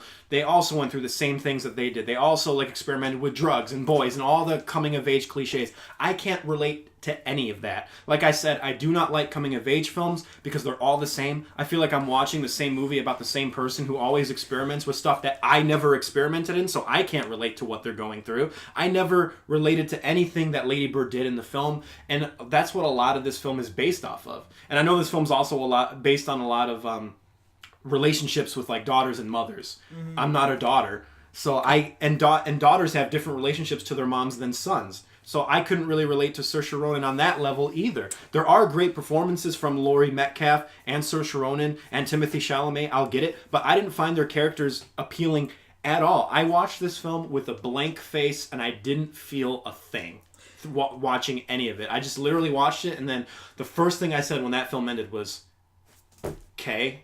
Okay. I'm like, "K," which I honestly have been saying a lot about films lately. I'm going to say something very controversial here. In the year 2018. In the year 2018. Well, no, not. No, yeah, you said it. Well, here's the thing, though. I was actually talking with Brendan about this. I'm going to say something super controversial here. Okay. I was talking with Brendan about this, and he actually agreed. And I don't like to separate indie films with big budget films, because film is film no matter what, and good film is good film no matter what, you know? Okay. But if I had to separate those films, I'm going to be 100% honest with you. Indie films have been disappointing me so much lately. The only time I've really felt anything this year has been from a big budget film. Big budget films make me feel something more than independent films do, which is usually the other way around, with every year. Now, no, I think the big budget films have been the things that have made me cry, like Christopher Robin. Even in Infinity War, I teared up a little bit. Big budget films make me tear up more than independent films in this year, and maybe that's why you think this year is so bad, because I will admit, I think this is a great year for film, but this has been a bad year for independent film. I'll be honest with you there. See, most of the movies that I've seen this year that I like are independent films. All right, then maybe I guarantee you we're just seeing different films. I think that's might what be it it. is. It might be it. But in all honesty, I feel like a lot of independent films lately have had really no voice, and I don't feel like Lady Bird has any voice. There's really no... Oh, that's... that. No. I'm being honest with you. There's no voice to it. There's no style. I think there's absolutely a voice to it. You think there's style to Lady Bird? Abso-fucking-lutely. For what? The editing. The editing and the humor and the way that this movie jumps through time. It jumps through... there's one scene in the movie I'm like, they're gonna fucking linger on this. It's gonna be a whole thing. It's the... they do the play. It's shown in like 3 frames, the play. And you can tell by those 3 frames if it was successful or not. There is not a single iota of film that was put into Lady Bird that I remember in terms of style or anything like that. It definitely comes into the editing. And also, this film is definitely about like phases of life. And she goes through phases of her life like so quickly. It's like within a year she really discovers who she is. And she floats around like a social chameleon, keeps changing herself to fit in with the group that she wants to... That's great. I don't give a shit. It's not I mean, I couldn't relate to anything like that. And and even if I can't relate to anything like that, show me a compelling character. She wasn't compelling to me. That's fine. I felt differently about it. I don't relate to any of that either. I'm not a woman. But I don't know. I just feel like I think there's some characters that are compelling. Lucas Hedges' character. I can't even remember him. Oh I don't even remember him being in that film. Dude, Lucas were Hedges, you high? I was not high. I don't do drugs, unlike most of the characters in coming of age films. It's all cliche. Everyone does drugs. Everyone experiments with sex. Can I see, this is all just the same damn thing in every single coming of age film. It's all the same. And I honestly could not... That film, if I had to describe... Going back to the cinematography, if I had to describe that film in one word, it would be flat. Everything was so flat to me. I didn't... there's nothing about it that made me feel like there was any style to it. I'm not saying that style is the most important thing with movies. Obviously, story comes first, but I feel like it should be a combination of the two. So when the story falls flat for me, at least give me something good to look at, and it didn't. So... Again, I hate the film. I definitely didn't feel at all like... this movie didn't even break my top 10 last year because I really liked 2017. 2017 had 3 10s that year. And I never give 10s out. No, you don't. And so, holy shit. That was a good year. That didn't even break my top 10, but I really liked that movie. Yeah, see, 2017 was fine, but for me, 2018 is the year, man. Oh, so good. I'm being honest. Oh, good. I'm being 100% Siri. Hey, Siri. She doesn't listen to me. She never listens to me. So again, I don't hate Lady Bird. I just don't understand the praise it got. I remember Brendan texted me up when he saw it in theaters, and he was like, "This is a film, you have to see it. It's the best of the year. One of the best films I've ever seen. You have to see it." And I watched it, and I watched this whole thing with a blank face. I'm like, as soon as it ended, I'm like, "Wow, that was a thing." That's why there's so many different types of movies, man. Yes. For different people. Yeah, I guess, but I'd like to, Yeah, I mean, you don't hate coming of age... you kind of dislike coming of age films. I think... You like Boyhood. I do love Boyhood. I love Boyhood. Here's the thing with coming of age films. Coming of age films is a lose-lose situation. Because there's 2 ways you can go with a coming of age film. The coming of age film is supposed to be a film that is the most realistic depiction of real life. That's the whole purpose of a coming of age film, right? Basically. So real life is boring. Yeah, that's the thing. Real life is boring. So you have one of 2 ways you can go. You can go the Hollywood route and embellish real life, which is not the way to go, because then you're going against the whole purpose of the coming of age film by embellishing things and making it Hollywood to the point where it's not like real life, so no one can really relate to it. Or you go the other route where you do make it 100% like real life and it's exactly the same, but then it's boring as hell. So it's like you're in a lose-lose situation here no matter which way you go. But I feel like Boyhood captured the spirit of what a coming of age film should be more than any other film, because you're literally watching the boy grow up coming of age 100%. I think Boyhood is the coming of age films that was the end of coming of age films, because you can't top that. There's no way. I don't know how you can, and the fact that movie didn't win Best Picture still kind of pisses me off still. And you know what? Slight honorable mention here, Birdman, that won Best Picture. I don't hate Birdman, but man, that film was pretentious, and Boyhood should have taken it. But anyway, I see where you're coming from. It is, it's such treaded territory, and it's really hard to make something different. And there's some aspects of Lady Bird that is like everybody else. I thought that she had a distinct voice, all things considered. I think Greta Gerwig has a great career ahead of her in terms of directing. I mean, sure. I mean, I want to see her do some more stuff, but I couldn't see it. Maybe in the writing there was a voice, but I feel like as a film I didn't see the voice there in terms of like the way it was filmed or anything like that. You know, in my opinion. So anyway, that's and all I kind of also see where you're coming from about the boring, or then you make it, you know, too Hollywood or whatever. Right. It's like a loose. Kind of like there's something I hate using this word a lot, but like there's something nostalgic about remembering that, like, certain moments of your life. It kind of brings back your own memories. Maybe I just had a boring childhood or like adolescence. Right? I actually kind of feel that way for me too sometimes. Yeah, adolescence is like the teenage years, and right? so it's at some point I'm kind of just vicariously living through them. Yeah, and you know what I did like was Spectacular Now. That is a coming of age film I really like. But again, it does kind of fall into that same category. And I feel like maybe I just didn't... Maybe because everyone is making these films, maybe I'm just the weirdo who's not living life like everyone else. But, I mean, hey, maybe I just don't conform. I don't know what it is. I don't know either. I don't know what it is. I can...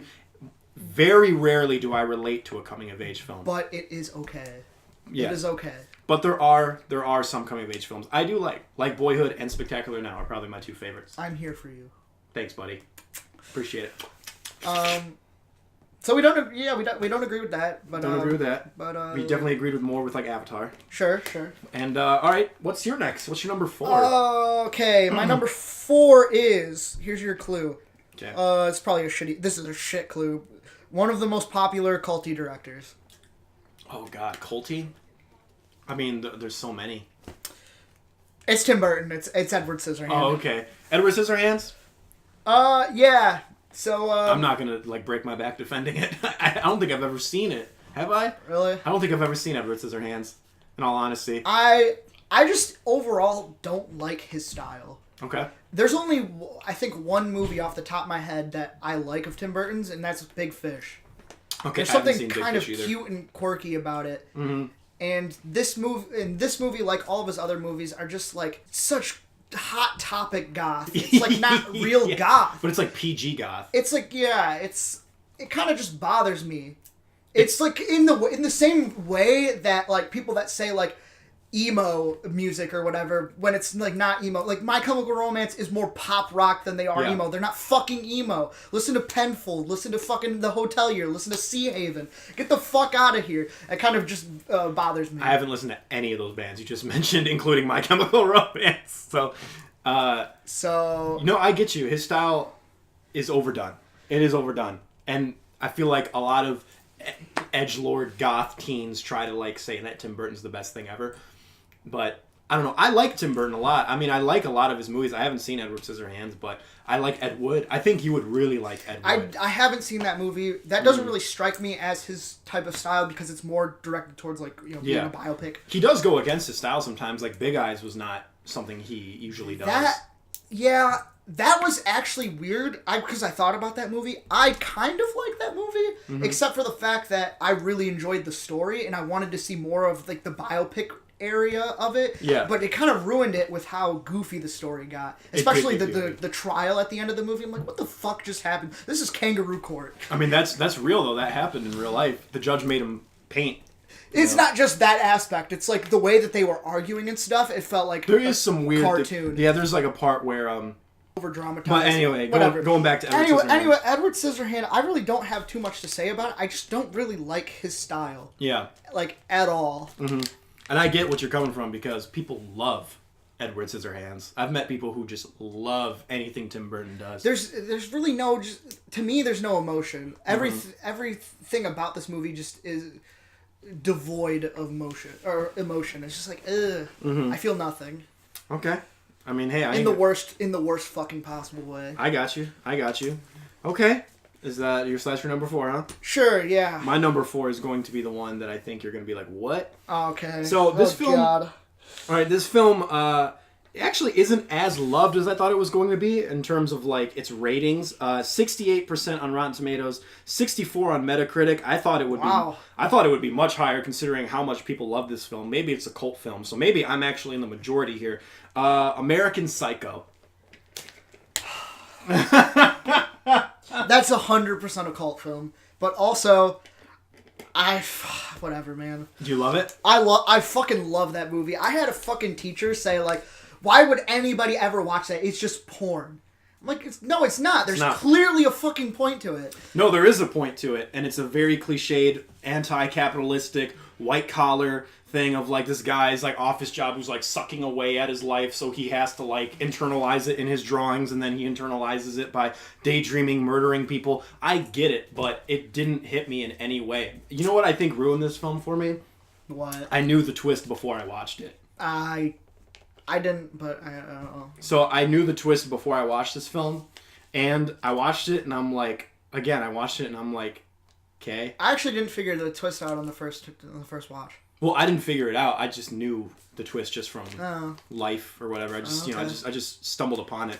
That's really sad to me because I love this movie. It's so fucking funny. I just feel like the whole anti-establishment, like Wall Street-esque. I think it's a very much a product of its time too. This whole like you said, white collar, like Wall Street agenda, anti-capitalistic message of like breaking away from the norm and having like your soul sucked out of you by corporate America and having to internalize your like deep desires into like manifestations like daydreams and drawings and stuff like that. I'm like, I've seen it all before and I've seen it done better, and I just didn't really enjoy it, honestly. I haven't seen it done. I don't think I've seen it done better. This movie's so fucking funny that I'll never forget the business card scene.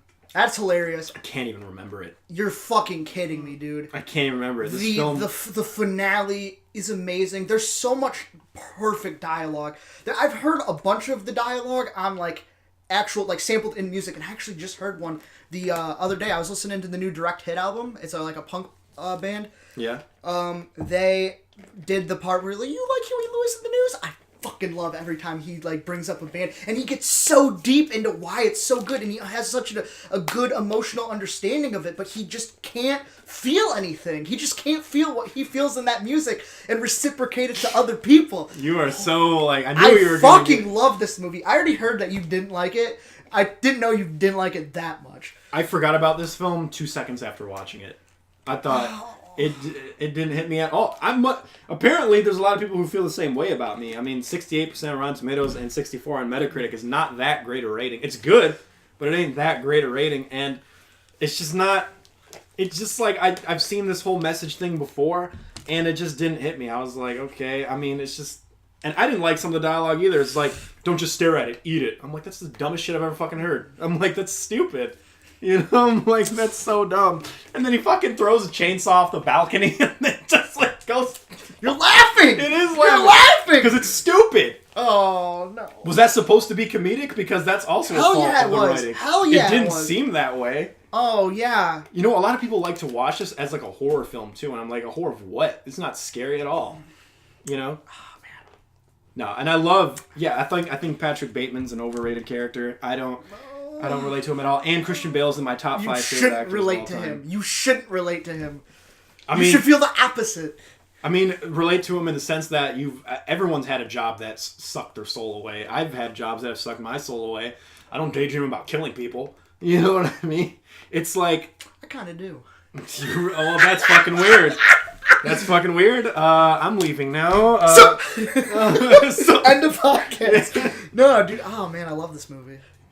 It's so I knew you would. Fun. I knew you would. I watched it. I was bored out of my mind, and then I forgot about it 2 minutes after watching it. I'm becoming much harder to love you though, but I love you. Oh, I already hate you, so it's all good. What's your number 3? What's my number 3? Okay, this is where I have. You haven't had a film that I actually loved yet, but I feel like it's going to change soon. Actually, I don't think that there is going to be a movie on here that you love. Like Die Hard love. Like. I don't have Die Hard on here. No, I'm just kidding. No, so number 3, 10 nominations. Damn. Even with criticism to historical inaccuracies. Wow. Which movie is it? 10 nominations, historical inaccuracies. You already said Hurt Locker, Zero Dark 30. We actually talked about this like briefly on one of our... English Patient, Deer Hunter. Something. It's Braveheart. Oh, Braveheart. Okay. It's Braveheart. I really like Braveheart. Okay. I don't. Honestly though, I don't think I have enough to really defend it because I haven't seen it in so long. I remember really liking it, but I can't really defend my point. You know what? This is where it becomes... I can see why you picked newer movies because you have a lot more to say about it. Yeah. I don't really have that much to say about it because I just really don't get what people see in it. Yeah, I can see. Okay. Oh man, this movie's gonna be really hard to like talk about with like upsetting people. Like I'll upset the fuck out of people if I actually talk about why I disliked it. Do you remember when Al Roker messed up just the name Braveheart and people were like criticizing him for it? How could you not remember Braveheart, you fucking weirdo? It's like, oh that's why there's something about this movie that is like very patriotic. Yeah. That people associate it with that kind of thing, and I just like don't get it. No, okay. I'm just not. That's not me. I got you, man. I got you. So I actually like we've talked about this before. I'm gonna be the one to say it. I don't really follow politics, man. I just think it's a way to divide people. It's not my thing. When you have to come into a room and you have to choose whether you like them based on like what kind of way they go, Republican or Democrat. Not me, dude. Yeah, same. So I just you either like people, or you hate them based on personality. Yeah. So and there's something about this movie that really connects with people on that level. I just don't feel that at all. So maybe that's why I didn't like it. I just really think it is overrated. Yeah. It is historically inaccurate. It's not entertaining at all. I feel nothing for the ending speech. So it's just not a movie for me. The only thing I remember about this film that I really did like was the ending with spoiler alert, I guess. But it's been out for like 40 years, so or like 20 years. So come on. Take away our freedom. No, not even that. The part where he gets executed. Yeah. That's the part I like. And then it's like he sees his wife in the crowd or whatever. I'm like, that's cool. That's so Hollywood cinema right there. But I love that though, dude. I love that. I love that. When someone's about to die and they see their loved ones, it always gets me. So I really don't have that much more to say. I get it. No, I get it. I get it. This is what it's going to be like for the next two, probably. Except for I lied. Number one is I'm going to have some stuff to talk about. Okay. No, I get you. I'm just waiting because you were so passionate about American Psycho. I'm waiting for a film that I can be as passionate about defending. You're probably not going to feel it. You're definitely not going to feel it about number one. You're not. I don't think you're going to feel it too much about the second one. We'll find out. Okay. All right. So my next film is the one I was actually nervous to talk about. I've had friends who also didn't like this film say they're nervous to review it. They're scared to review it. Ooh, I know where. I think I know what it is. You know what it is. No. 98% on Rotten Tomatoes. 84% on Metacritic. Get out. Get out. Yeah. Get out. I'm sorry. Look, okay. If any of you had the reaction, oh, you're racist. That is absolutely ridiculous. I hate the fact that people have to use that to almost intimidate someone into liking a film. I don't like being told what to like, and the whole thing of like, oh, if you don't like this film, you're racist, is freaking ridiculous. Okay? I think that's absolutely stupid. Remove the political and race card away from this film. This film is a horror comedy. Even though for some weird reason Jordan Peele has come out and said, oh, but it's not a comedy. I don't like when people call it a horror comedy. It's 100%. It's 100% a horror comedy. Yeah. Lil Ray Howard is more than a comic relief character. They straight up have whole comedy routines. They stop the film to have a whole comedy routine when he's talking to the police. Oh, yeah, that entire scene. That entire scene is a comedy. So there's a difference between having a comic relief character versus being a full-blown horror comedy. This film is a horror comedy, and to me, it fails on both ends. He takes it the wrong way. He's thinking that you're thinking this is a joke. What he's like actually trying to speak out against and stuff like that. But in reality, we're just talking about specific like scenes or whatever. Genre. It's a horror comedy. No one's taking away the fact of the cultural. Yeah, the message. The message. It's just it is a horror comedy. You have comedy in there that makes people laugh. Here's the thing, though.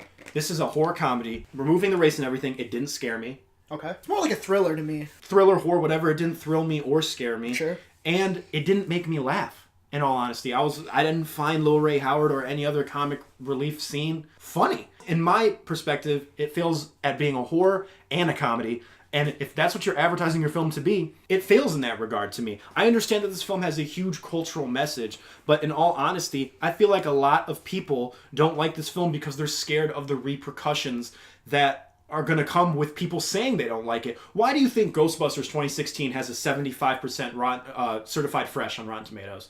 It's not because people liked that film. It's because people were being so criticized for speaking out against that film, not because of any sexist reason, but just because they didn't like the film itself. They were being called sexist to the point where it was almost like a witch hunt, to where people didn't want to criticize that film, so they kept giving it an okay rating. They kept being middle of the road with the ratings to the point where it got certified fresh at 75%, which is dead in the middle.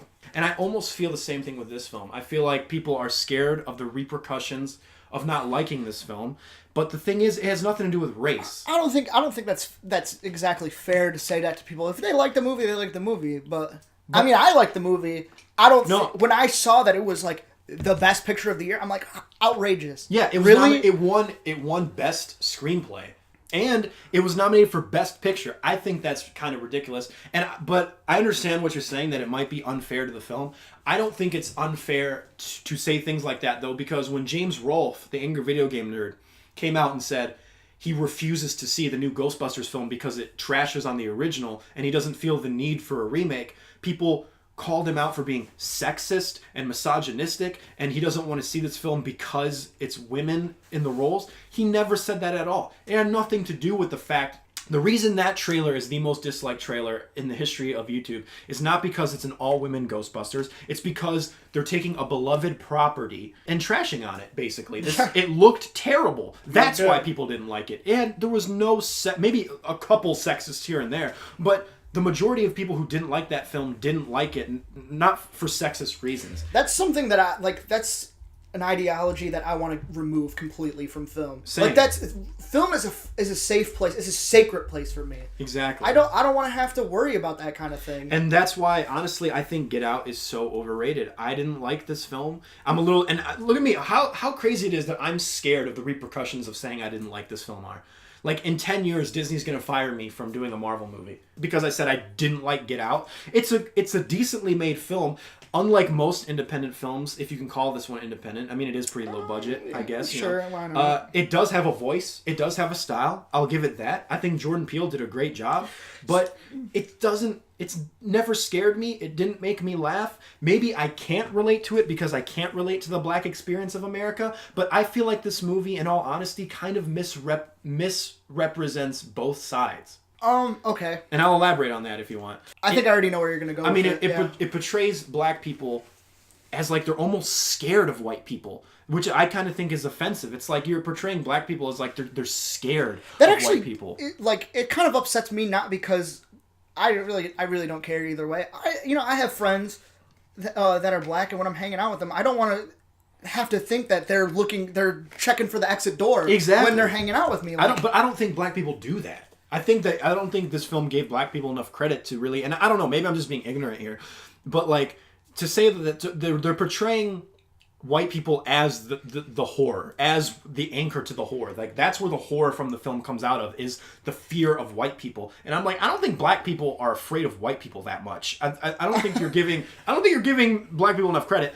And on the other side of the spectrum, for white people, it portrays white people as obviously this very like casually racist, like people with like good intentions, and of course there are people out there like that, but I feel like this film portrays it in a really embellished, over-exaggerated it's the people that way. have good intentions but turn out to be pieces of garbage. Yeah, I've never met someone who acted like that. Personally, maybe I'm not from the South. Maybe there's a ton of people in the South. I once talked to a girl from Mississippi who said, "Oh, that's everywhere." I don't know. Maybe I just can't relate to it because of that. But I don't think it does a good job representing either race, in all honesty. And that came out of to nowhere. lighten the mood. To lighten the mood. And I think it's just really weird how I'm scared to review this film, and my friend won't even Stardust his review of it because he says he's scared of what people are going to say about him. That's crazy to me. You know? That's actually one of the reasons why I think I would want to review it. Of course, like, I want to weed the people out that like think that like. Well, you're like a provocateur, which there's nothing wrong with being a provocateur if you have something to be provocative about, but like, I don't know. Because like I'm not ashamed of like what I feel about a piece of art. Mm-hmm. But the thing is, I'm not going to speak on either either race's behalf. That's not the reason why. Like, I don't dislike this movie. I actually like this movie. Yeah.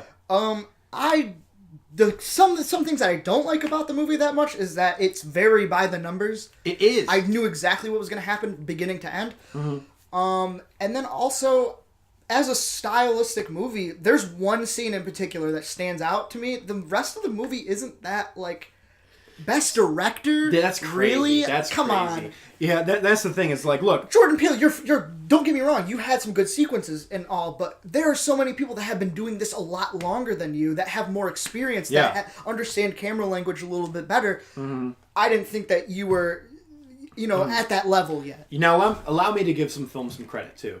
Like I said, I do like some of the style. That scene of the sunken place, which I'm sure is what you're talking about. That's exactly what I'm talking about. Is a great scene. Yep. The dialogue is fine. It's naturalistic, and I love that. I love that type of dialogue. And the film, one thing I really appreciate the film is it does have a rewatchability factor because there's a lot of breadcrumbs leading up to the big reveal. And I love that sort of thing. I love breadcrumbs. It reminds me of like a noir. But I like Daniel Kaluuya in a lot. Daniel Kaluuya is amazing. He's such a good actor. Oh, he's one of the best. You know what scene? He's one of the best. He's one of the best right now. You have to watch. I think you actually have maybe Black Mirror. Yeah, I've seen that episode. 10 million merits or whatever. Yes. Yeah. That's such a good scene. He's a great actor. I could not believe that guy was English. I'm like, whoa, that is one of the best American accents I have ever heard. He's a great actor. And look, and I didn't mean to speak on behalf of either race or anything like that. I'm not trying to put words in people's mouths or anything like that. Because again, maybe I am ignorant to the fact. Maybe this does relate to black people in some senses and white people in some senses. I don't know. But the point is, I've met black and white people who love this film. Crazy, they love it. But I mean, this was at 100% on Rotten Tomatoes for a long time. But 98%. So was Lady Bird. I know. 98% Rotten Tomatoes. That's crazy to me. Best director, best picture nomination. It was a little overboard. It was a little overboard. That's crazy. So I get it. I get what the film says, and I appreciate the parts of the message. Mm-hmm. But it's not a film that I necessarily liked, and I don't think I should be I or anyone else should be labeled racist. Absolutely not. For thinking that. Absolutely not. If you want to speak about that, you could speak to me. That's right. Blame T-Kettle. Yeah. So, speaking, since we're on that topic about the Rotten Tomatoes and stuff, you know what was funny about the person who got Lady Bird to a 99%? Is it that guy who always goes against the grain? No, it's nothing like that. It's just funny because when I looked at his review, the tagline was negative, but the review itself, he gave it a 7 out of 10. Or something like that. It's that's not bad. What are you doing? I mean, it's still... hey, 99% is nothing to complain about. If my film got a 99%, I wouldn't be why isn't it 100? With 400 reviewers. Yeah, I'd be You've got it made. I'm yeah, I'm not going to complain. I'm not going to split hairs. What's your number 3? My number 2. I'm so scared to post this now because I hate it on Get Out. No, you're good. You're good, dude. Okay. All right, go ahead. Number 2. Mm-hmm. No, you're number 3. This is your number 3, isn't it? No, because I went before you. Oh, okay. Number 2 is nominated for 6 Academy Awards. Holy crap. Highest grossing horror film till it came out. Silence of the Lambs? The Sixth Sense. Sixth Sense. Okay. I don't like this movie at all. I think it's massively overrated. Mm-hmm. I think if you take away the twist, there's nothing going for this movie. The atmosphere is bland. M. Night Shyamalan is just a boring filmmaker to me. Yeah. So boring. He is so good at making even Split, where you go through the movie and there's okay, this is kind of a good scene, and then he ruins that momentum by switching to a backstory scene. It's now, but when you get back to the other part, it's I don't even care anymore. That's the thing with Shyamalan is he's so, I don't know if I should say melodramatic. Maybe that's the right word, but he's just so overly... He's just so mellow. He's so mellow. Just end word. He's mellow. No compound word. Yeah. He's Mellow Night Shyamalan. That's what M stands for. Fill in the blanks, really. Yeah. Oh man, I really don't get the appeal to this movie at all. I did know the twist going into it, but that really didn't matter to me. Yeah, so boring. Okay. So fucking boring. I can see it. I'm not gonna friggin'. I really don't have that much to say. It's been a minute since I don't want to rewatch this movie. No, I got you. Even his newer movies that everyone still likes and stuff. I did watch Unbreakable like relatively recently. Yeah. It was okay. Yeah. It's just okay. M. Night Shyamalan is so brooding. I was thinking about Signs the other day. I know Brian loves Signs, as our Brian mentioned. Mm-hmm. I know Brian loves Signs, but I like Signs. I think it's better than like his other films. I'd give it 3 out of 5. But like, man, like some of that film is just really over serious to the point of like it's almost laughable. Like, and some of the dialogue is so bad. There's a monster under my bed. Can I have a glass of water? I'm like, get the fuck out. I'm like, really? That's just, come on.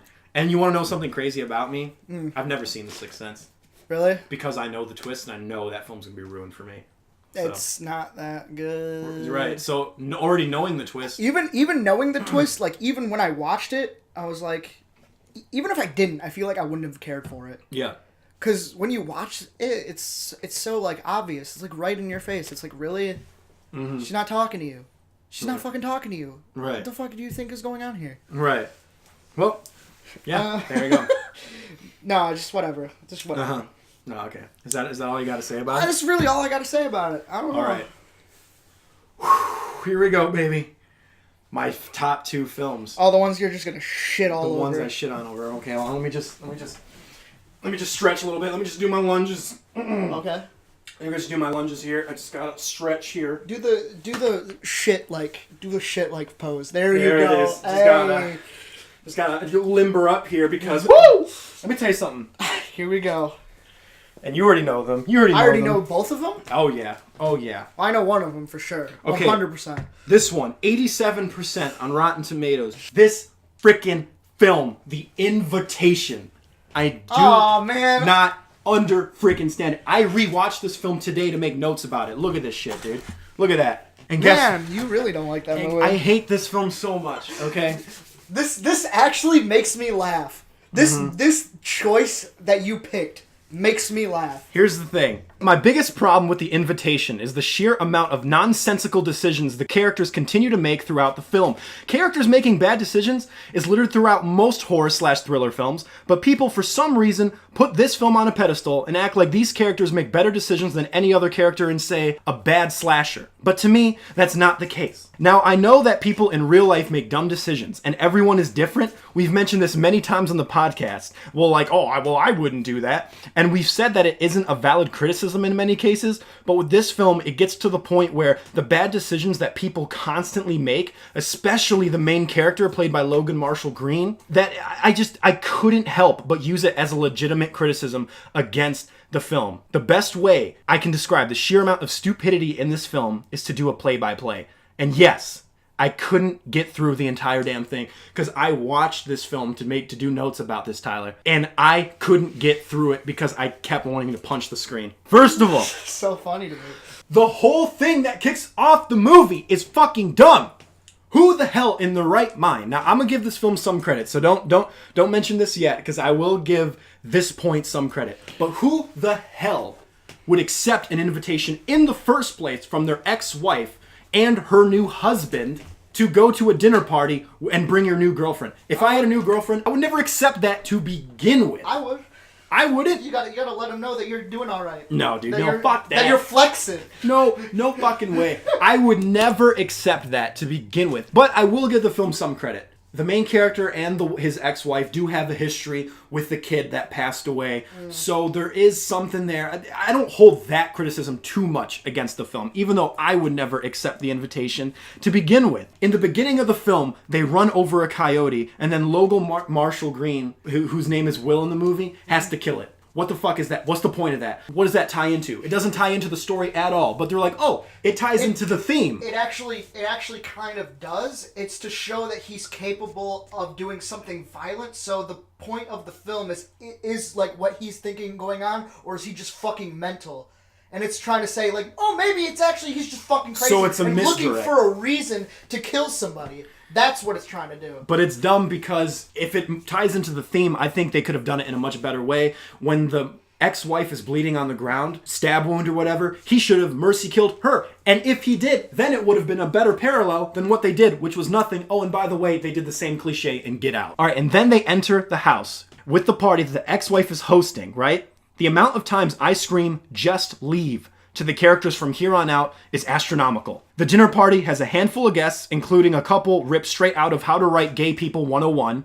The ex-wife comes out and greets Will, and then wipes off a tiny speck of blood from his thing. And she's like, "You're such a mess. You're such a mess? You have one tiny speck of blood here. What are you talking about?" I know that's a nitpick, but just stay with me here, okay? About 10 minutes into the film, we see the first red flag. A crackhead chick watching Will from afar, naked. Will notices it and shrugs it off. For me, I would just leave right then and there. I'm like, where the fuck am I right here? I'll just leave right then and there. But you know what? I'll give the film credit. I'm like, okay, that's weird, but I guess it's not leave-worthy weird. Not yet. Even though for me, if I saw a naked, crack-headed out chick just watching me weirdly, I'd be like, all right, I'm fucking leaving. Okay? That's just so dumb. Okay. Random dude, number 1, comes into the kitchen and says something that pisses off Eden, who's the ex-wife of Will. Eden slaps him out of nowhere. Slaps him out of nowhere. And what does this motherfucker do? What does this motherfucker do, Tyler? He stays! Who would stay? You leave! You fucking leave! This is so entertaining. This is so dumb. The fact that the guy who gets slapped doesn't leave, it's fucking ridiculous. If I saw someone get slapped for no fucking reason, I would leave. What are you doing, man? This is so stupid. I'm just laying down like a therapy session just watching this unfold. But you like this film for some reason. Here's the crazy thing. And then, later on in the film, after that scene, some bald creeper named Fruit or whatever walks in and comes into the film. His real name is Pruitt, but whatever, Fruit. I'm just going to call him Fruit. Okay. 25 minutes into the film, one of the guests jokingly screams, "Yo, it's a cult!" And then they explain the fact that, oh no, it's not a cult, but then one of the dinner guests makes a joke, and then they constantly make jokes about how they're part of a cult, right? Okay, so we agree on that. Okay. And then they want him to explain it more. So they show a video. They bring out a laptop, the hosts of the dinner, the new husband and the ex-wife, whatever, and they show a video of a woman literally dying. And the air becomes so awkward. Everyone's super uncomfortable because they're literally watching a woman die on screen. Okay. Guess what they fucking do? They stay!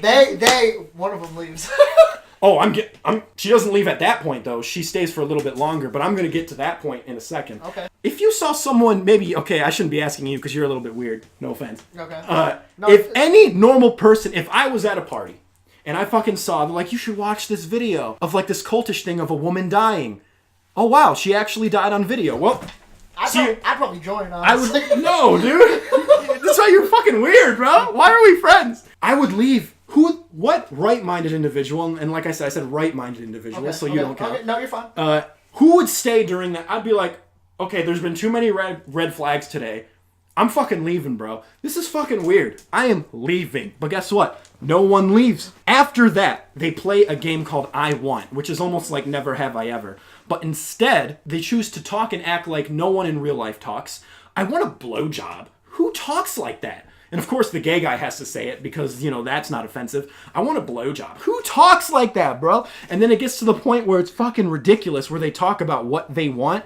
And then one of the girls says, I want some coke. Like cocaine. Again, who the fuck talks like this? Nobody. And guess what? The new husband fucking goes and actually gets some coke and fucking hands it to her. And you know what I would do in that situation? Leave! Because that's stupid. I have never been to a party with coke. I doubt the majority of anyone, like any right-minded individual, has been to a party with coke. I know it happens sometimes, but at a normal, like, fancy dinner party like this, no. And if they had this scene, that would be one thing. But you should show the main character, Logan Marshall Green, who's the straight man, who's the one who's suspecting, like, something weird is happening here. They should have cut to a close-up of him saying, like, okay, this is weird, I don't like this. They don't even do that. He just shrugs it off. Oh yeah, it's cocaine. It's one of the most illegal drugs on the planet. Yeah, it's just cocaine, whatever.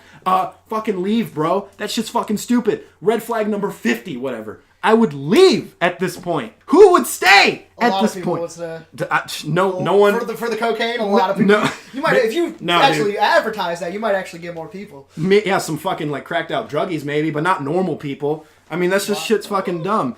Dude, I've been to a lot of parties in my day, especially during college. Not once has there ever been cocaine. Ever. I actually never have been to a party with cocaine either. Exactly! So, like, if there was a party with cocaine, I would fucking leave. Alright? And then, after that scene, the creeper guy, Fruit, or whatever his name is, says, I want to tell you the story about my wife, Melissa, or whatever her name was. I don't want to hear the story. He goes... that would have been a good response. He goes on this long-winded story about how he killed his wife and went to prison for it. Right? You know what I would do in that situation if a guy told a story about how he killed his wife and went to prison for it? Ask more questions. No. No. You're just being a troll right now. I would fucking leave. Leave.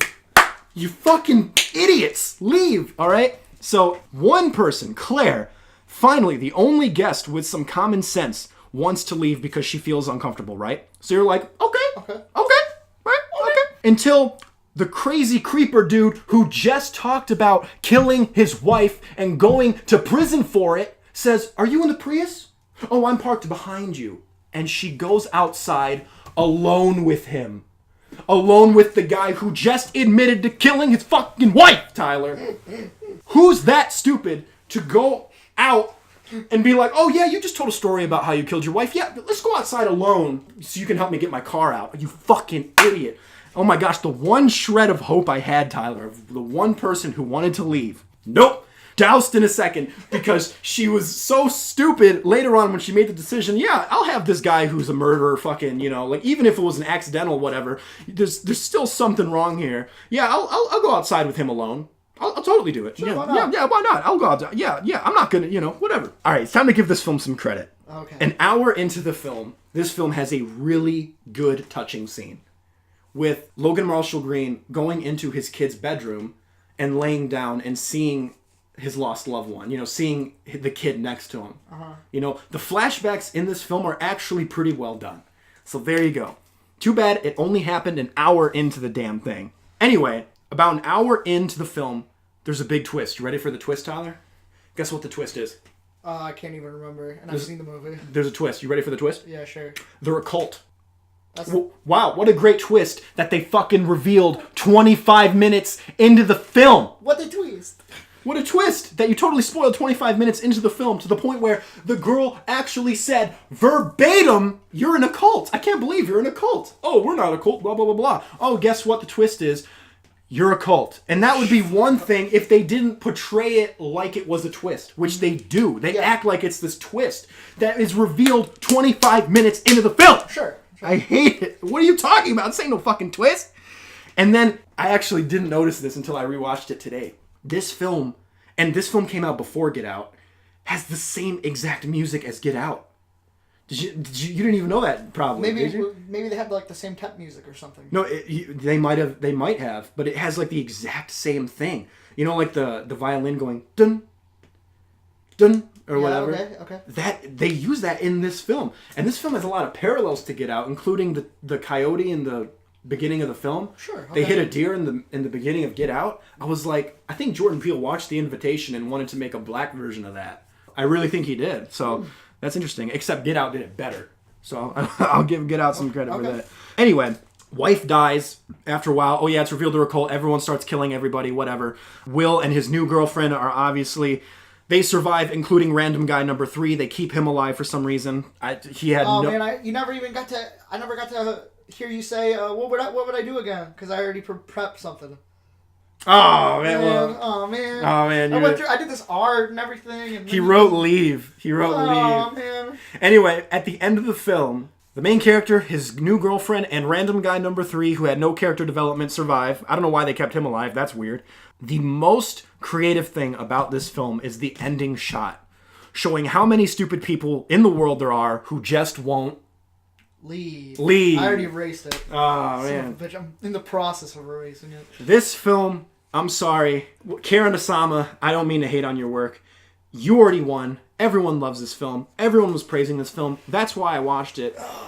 This film, to me, has the dumbest characters I've ever seen in a film ever, because the sheer amount of times I yelled at the screen, "Fucking leave! Leave! For fuck's sake." I forgot that you even hate, like, how much you hated this movie. I didn't realize you hated it that much. I did hate This is one of those movies where, like, it's alright. Like, you know, it's just funny that you kept it in mind for so long. This is one of those movies you should have watched and never remembered again. And it didn't happen that way. I don't know why. I literally don't know why. It's not that important. It isn't, but everyone loves it, man. I don't know. Yeah, it's alright, you know, pass the time. It's entertaining to me. I don't know. I mean, you get my criticisms, though, right? Like, yeah, that's funny. It's funny, and it's actually like one of those movies where, like, I watched it with a group of people, and we were like, they're like, "Oh shit, dude," and we're just like making, you know, adding commentary and stuff, saying like, "This is a red flag, bro," just saying dumb shit. I just don't know why it kept with you. I don't know why you hate it so much. I don't know, because people were building it up for me. They're like, "This is one of the best thriller horror films." Who said to you that you need to watch it? Like Cinefix, Screen Junkies, all these people were talking about it. I think maybe even YMS, Your Movie Sucks, even mentioned it, saying it was one of the best like thrillers in years. Maybe someone said something about it. As a movie. He would even I think Chris Stuckman even said he loved it. Everyone was saying they loved it, and you know me, I love horror thriller. It's one of my favorite genres, and I'm like, all right, I'll watch it. It's on Netflix. I'm excited. And I watched it, and I'm like, wow, you guys are seeing something completely fucking different here, because this film, in my opinion, is garbage. Is doo-doo. Doo-doo-doo. What's your number 2? What's my number one? You can't make that joke. I knew you were fucking doing it. My number 1. Are you gonna make me guess? Let's see. What? Yeah, I mean it's not fucking. It's a two-parter. It's 2 movies. Okay, 2 movies that go hand in hand. Kind of like Hurt Locker. Okay. Pretty obvious what it is. If I tell you this clue, Best Picture winner over Star Wars.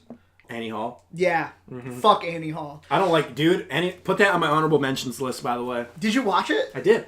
I thought it was the most overrated movie of all time. Overrated? It doesn't even do it for me. Like, I liked aspects of this movie. Mm-hmm. But I don't care about any of those aspects anymore. I don't care how well the movie was made. I don't care about the cinematography. I just fucking hate Woody Allen as a person.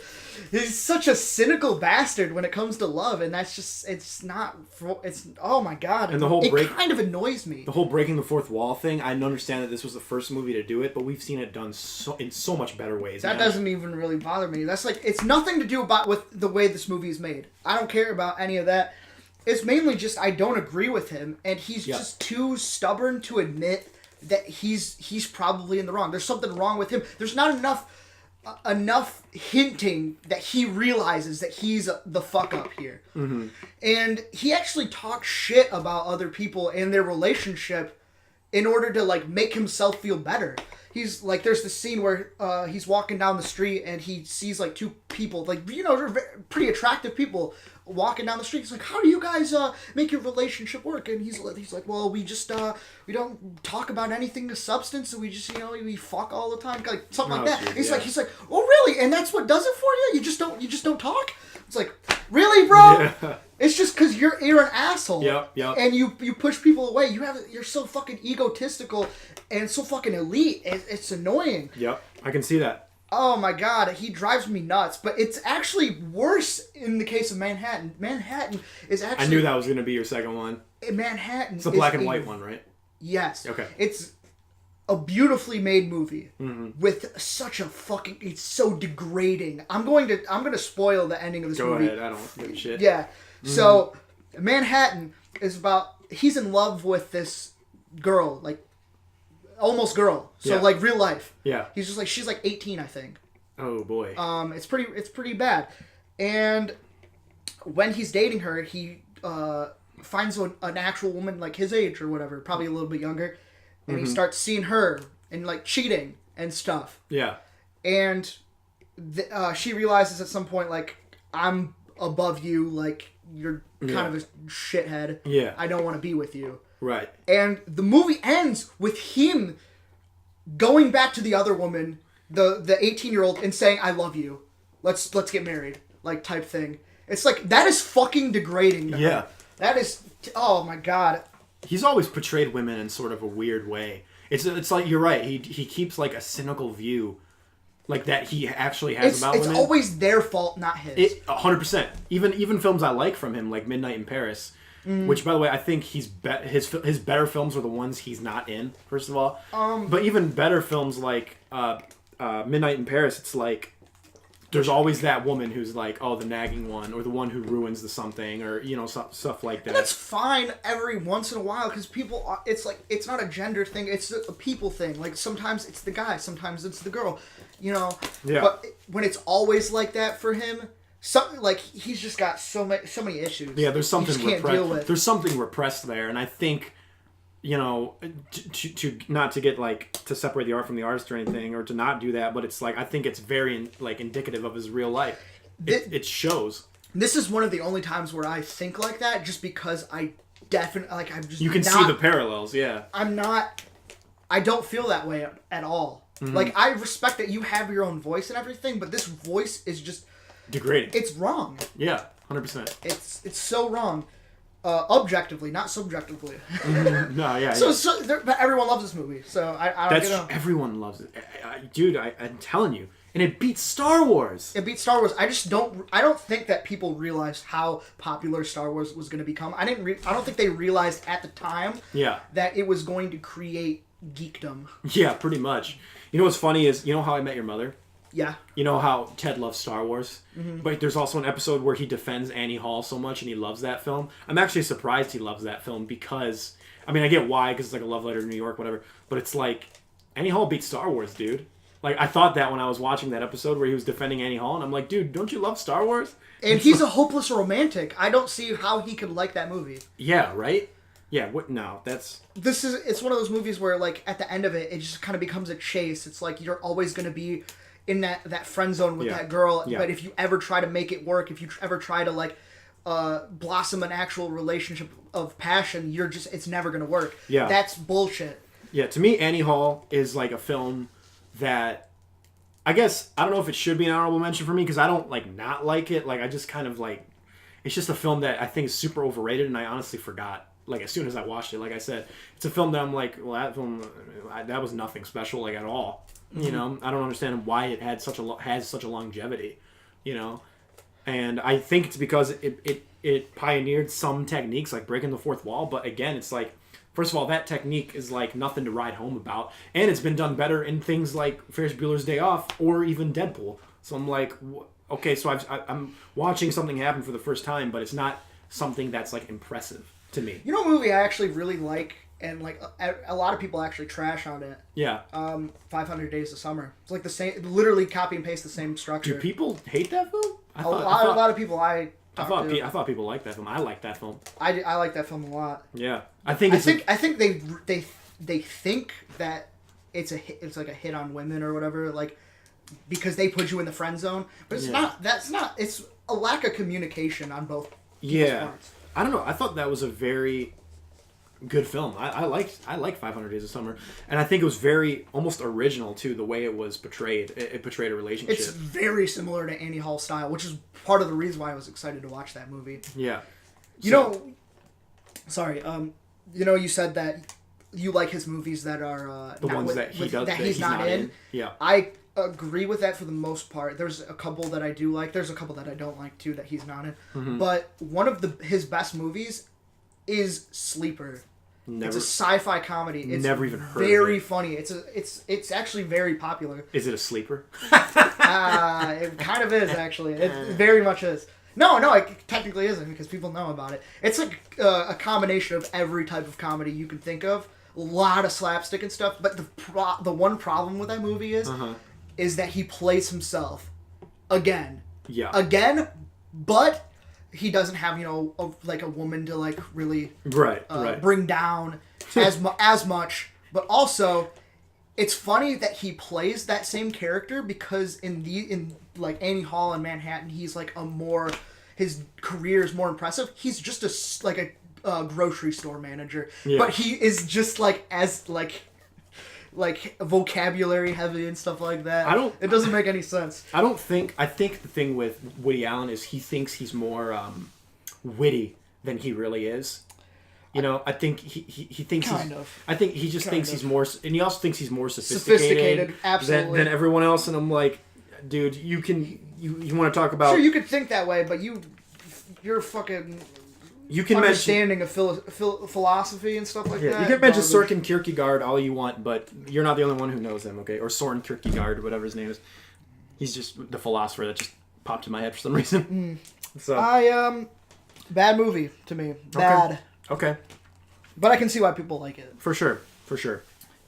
All right. My number one. Here's the thing. I'm a little out of breath here. I don't think I'm gonna be as enthusiastic. I don't even think you need to say what it is. I think everybody knows. I think everybody knows. Here's the thing, though. Okay, here's the thing. Another reason why I don't want to be as enthusiastic here is because, again, I've talked about this film to death about why I don't like it. And it's not on my channel anymore, I made a 4-part review that each part was like 40 minutes long about why I hated this film so much. Legit, I can, like, they're private videos. I can even show you. It's a longer runtime than the movie. It is.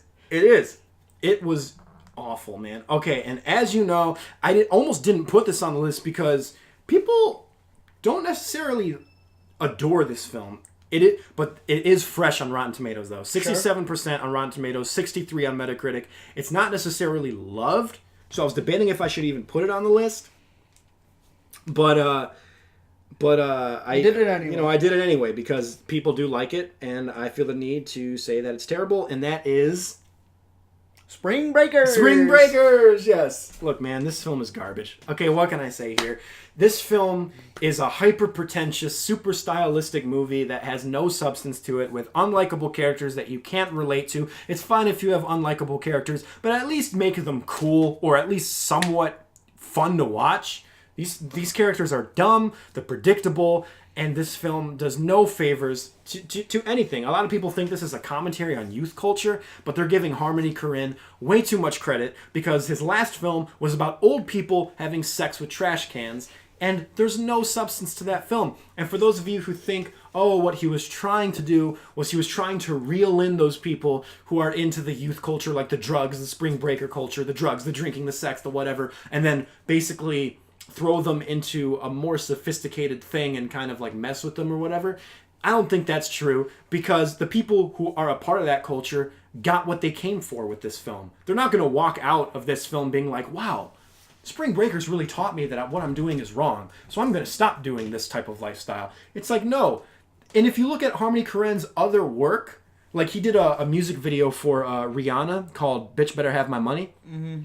That music video is nothing but porn. Okay? This guy has a one-track mind, and I honestly think that people give him too much credit. And as a matter of fact, a lot of his films, I know a lot of them have like some sort of cult following here, but I'm just going to do something real quick, and I'm going to look up his like tomato meter here. I know that Rotten Tomatoes isn't the be-all, end-all of stuff, but like Spring Breakers is his most praised film. And it's at 63%. I don't understand what people see in this guy. You know? I honestly don't. Like, Kids is 46% on Rotten Tomatoes. Gummo is 36% on Rotten Tomatoes. Julian Donkey Boy, 26%.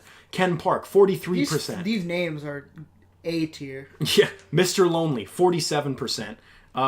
Trash Humpers, 59%, which that's way too much. I don't understand that.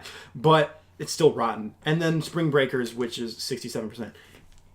I don't understand the cult fan base this guy has, personally.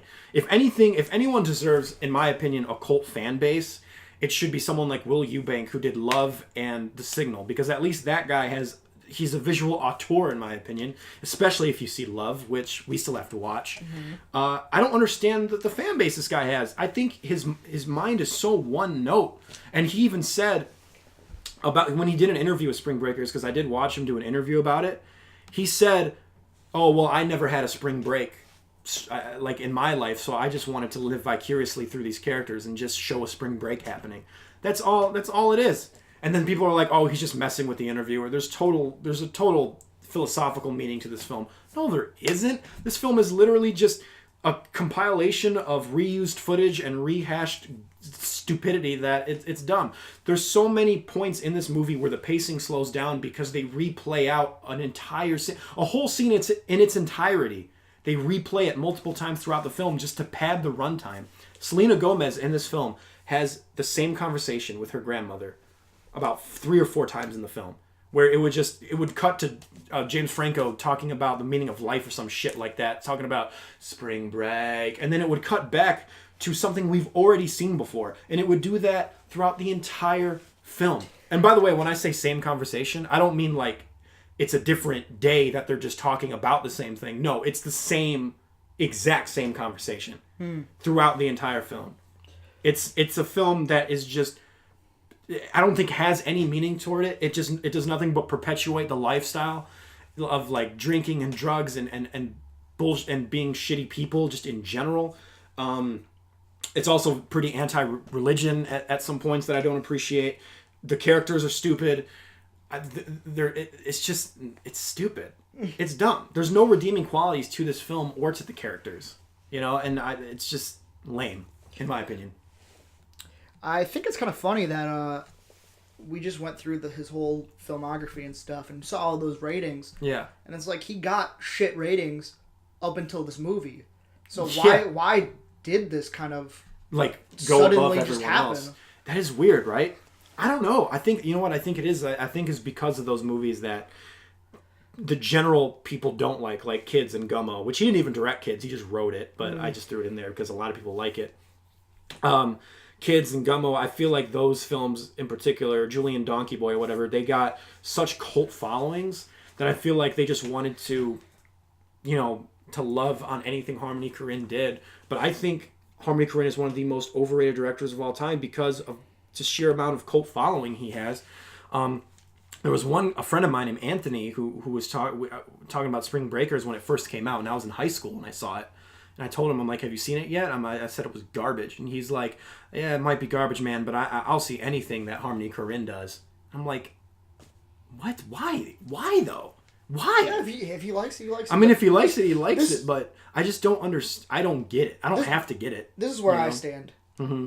I want to think that maybe there's some irony in his stuff that he does. I want to think that. Have you seen Spring Breakers? No. Oh, okay. I want to think that, but maybe on the other hand, people just like this movie because they like the schlock.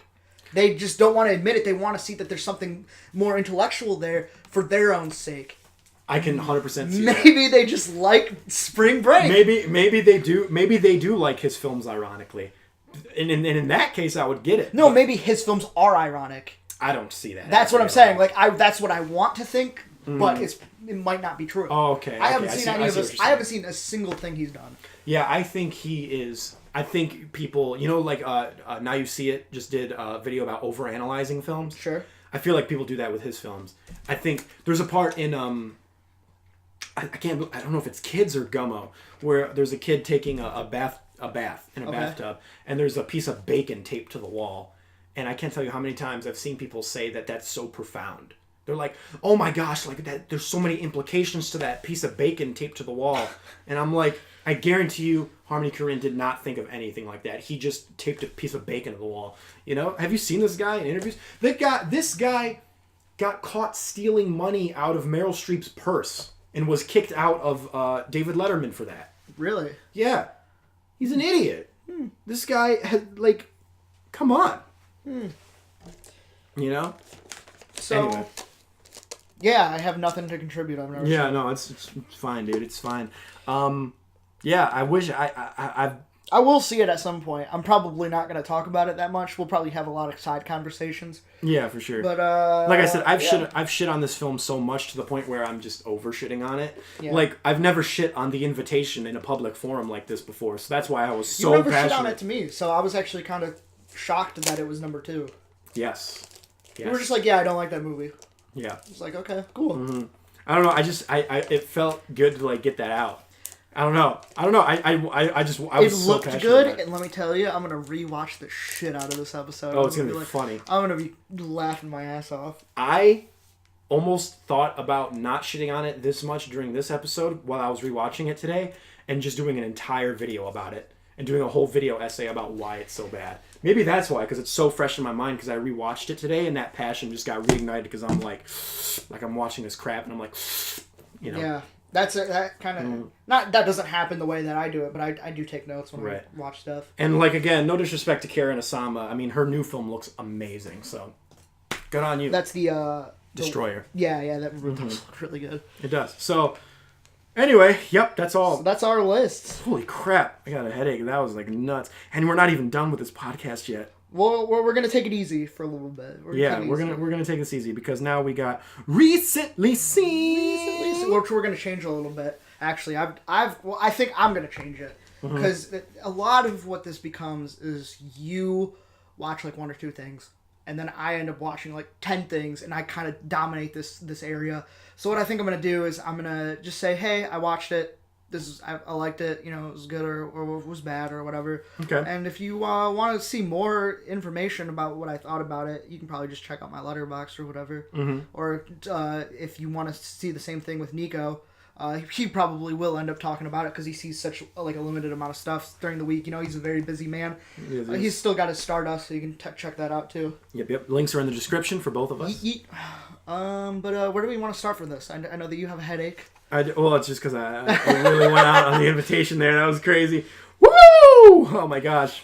Yeah, I'll start. I saw Unforgiven for the first time. Clint Eastwood's film.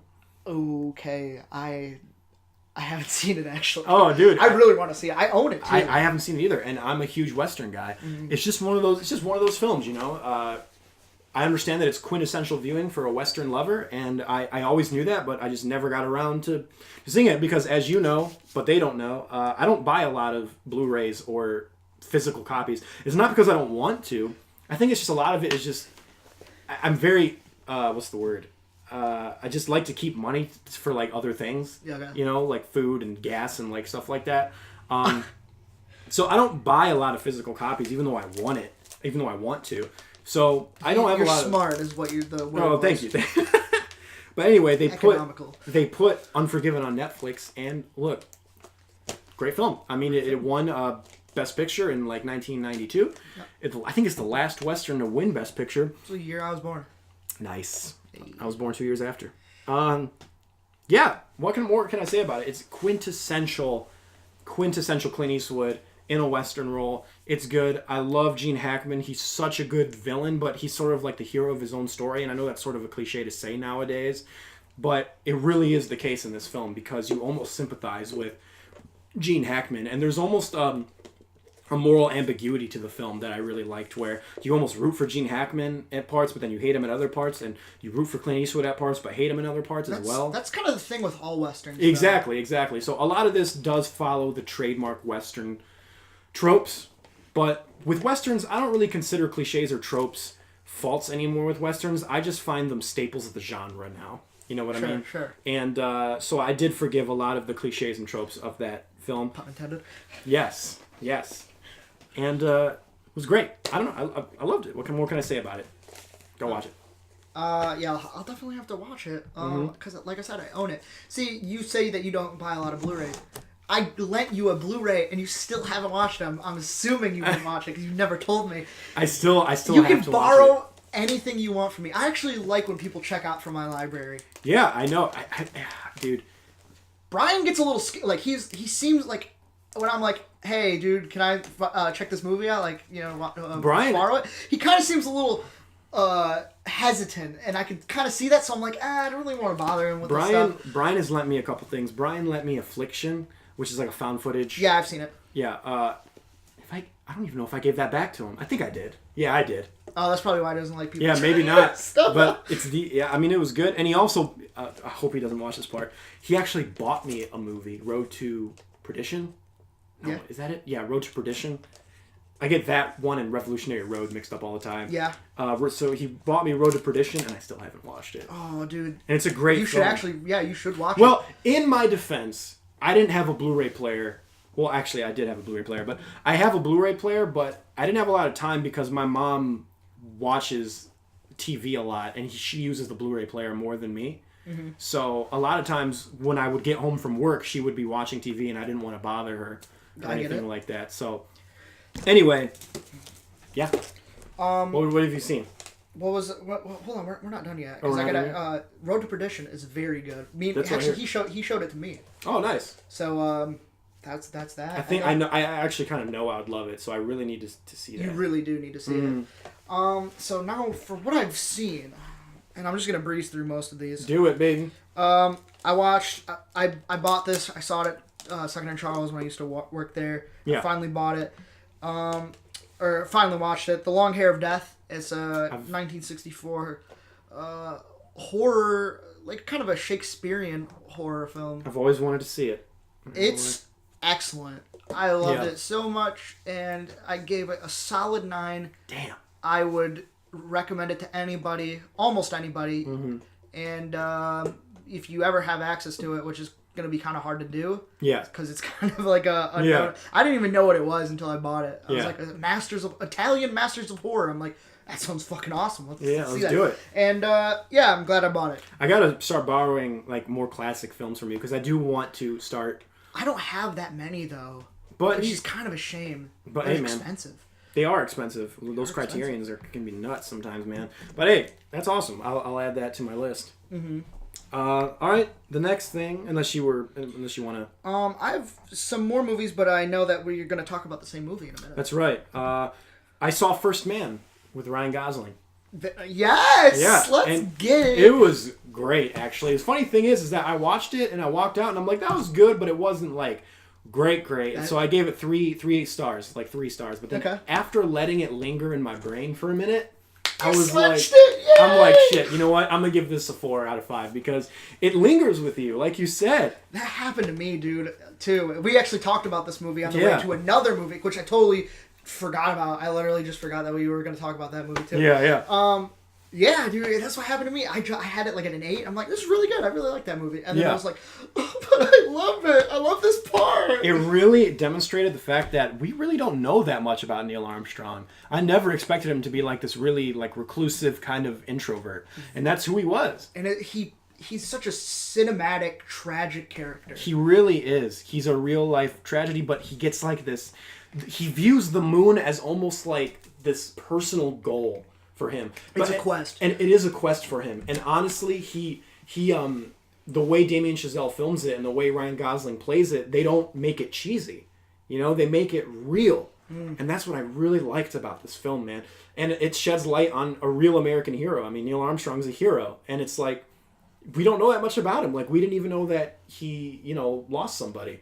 Lost many people. How did you feel about the lack of wide shots? That's one thing you talked about, and I actually noticed that too when watching it, and I understood the choice personally. I did too. I understood. I think it was a very intentional choice because this is not Apollo 13 or Gravity. This is a personal story about this man. The movie's called First Man. It's not called Apollo 11. It's First Man because it's about Neil Armstrong. So making it like a personal journey, I understood. I understood where it came from. I did like it. It was honestly my least favorite parts of the movie because I really cared. Like I said, I really cared about what this journey meant to the other characters and stuff, and I kept thinking about what they were feeling more than I was like, oh, I'm very excited for this moment. This is very tense. Like, I already know what's going to happen, and that's kind of the hard part. Yeah, I will say this. One of my only gripes with the film is some of the cinematography because I understood the choices. It was totally intentional to have like the 16 millimeter film. And I loved that. I loved that for some of it. For some of it though, like the cockpit scenes where they're inside, it very much seemed like they were just doing this like to the camera. They were just shaking the camera. And I felt like some of the cinematography was a little distracting. Like when Neil Armstrong, this is not a spoiler because what? When Neil Armstrong's like coming down the ladder for the moon, there are some kind of odd shots where it's showing like his POV, but he's not really looking at anything. It's kind of odd, but I understood the choice, and it's a very intentional choice. So I can't say it's bad cinematography because it's all intentional, but I thought that it was just, I don't want to say odd, but it just took me out of it sometimes because I'm looking at like a very weird image. There's not a lot of variety to those shots, and those shots would go on for quite a while. Yeah. Which was kind of upsetting a little bit. A little bit. I wanted more from the family, but Yeah, for sure. I still loved it. And they recreated the moon scene really good. And one thing I appreciated too was when Buzz Aldrin appears in the film, he says some things that kind of make you not like the character, but I'm like, oh, please don't make this character almost like an antagonist sort of way. Because, a lot of films, Hollywood films, like to embellish that aspect of it. Mm-hmm. And I'm like, please don't do that. And they didn't do that. They portray him as kind of a snarky guy, which he might have been like in real life. But they don't portray him as like a villain. There's actually a mutual respect there between Neil Armstrong and Buzz Aldrin because there's no conflict when the mission needs to be done. Me and my mom were like, wow, he was a complete asshole in this movie. I kind of threw him under the bus a little bit. A little bit, but they kind of did, but I feel like at the end they sort of forgot about it. I don't know. I like Buzz Aldrin. I mean, I've seen him in interviews. You ever see him punch that paparazzi guy? Or no, sorry, it's not paparazzi. It was a Earth... Nah, God, what's it called? A denier for, like, the Apollo 11 mission. Okay, yeah. There was a guy who was, like, harassing Buzz Aldrin. And he's like, oh, you guys never went to the moon. It was all fake, whatever. And then Buzz Aldrin was like, bam! Good for him. Yeah, he's also a hero. I can't shit on Buzz Aldrin. So maybe if Buzz Aldrin wasn't like that, that would be a criticism too, because that's kind of... I mean, it was just a little weird. It was a little weird. I don't know anything about him, so maybe that's what he's like. Me neither. Maybe I'll have to see what Buzz Aldrin said about the film, Yeah. Yeah. But overall, Damien Chazelle is one of my favorite directors, man. I know this might be a controversial thing. I think La La Land should have won over Moonlight. Okay. Yeah, okay. I think it's true. You know what? Stardust just did a poll who should have won, La La Land or Moonlight. Guess what it was? It was 50-50. No way. Dead serious. No way. I love La La Land. Don't get me wrong. You know what? I will give you some credit. I've never seen Moonlight, so maybe that. I love Moonlight too. But as soon as they were like La La Land, and then it's like I paused it, didn't even watch the rest of it. Me and Mark talked about like why Moonlight should have won for 30 minutes, and then it was all pointless. And then he went back. And he's like, "Dude, Moonlight won." I'm like, "What the fuck are you talking? We just watched it. What do you mean?" Oh my gosh, that's amazing. Oh boy. Yeah. See, look. 50-50. They posted the results. That is as close as it's ever going to be. Yeah, pretty much. That's crazy. Yeah, dude. Anyway, Damien Chazelle's great. He is. He is. Whiplash and La La Land are amazing. I would probably rank this below those, though, but that's not a detriment to the film. That's just a compliment to his style, I think. Or a compliment to his directing talent. I would definitely say Whiplash is my favorite of the three. I could say, yeah. I've rewatched La La Land, and it didn't hold up as much to me, but I still... I do love that movie still.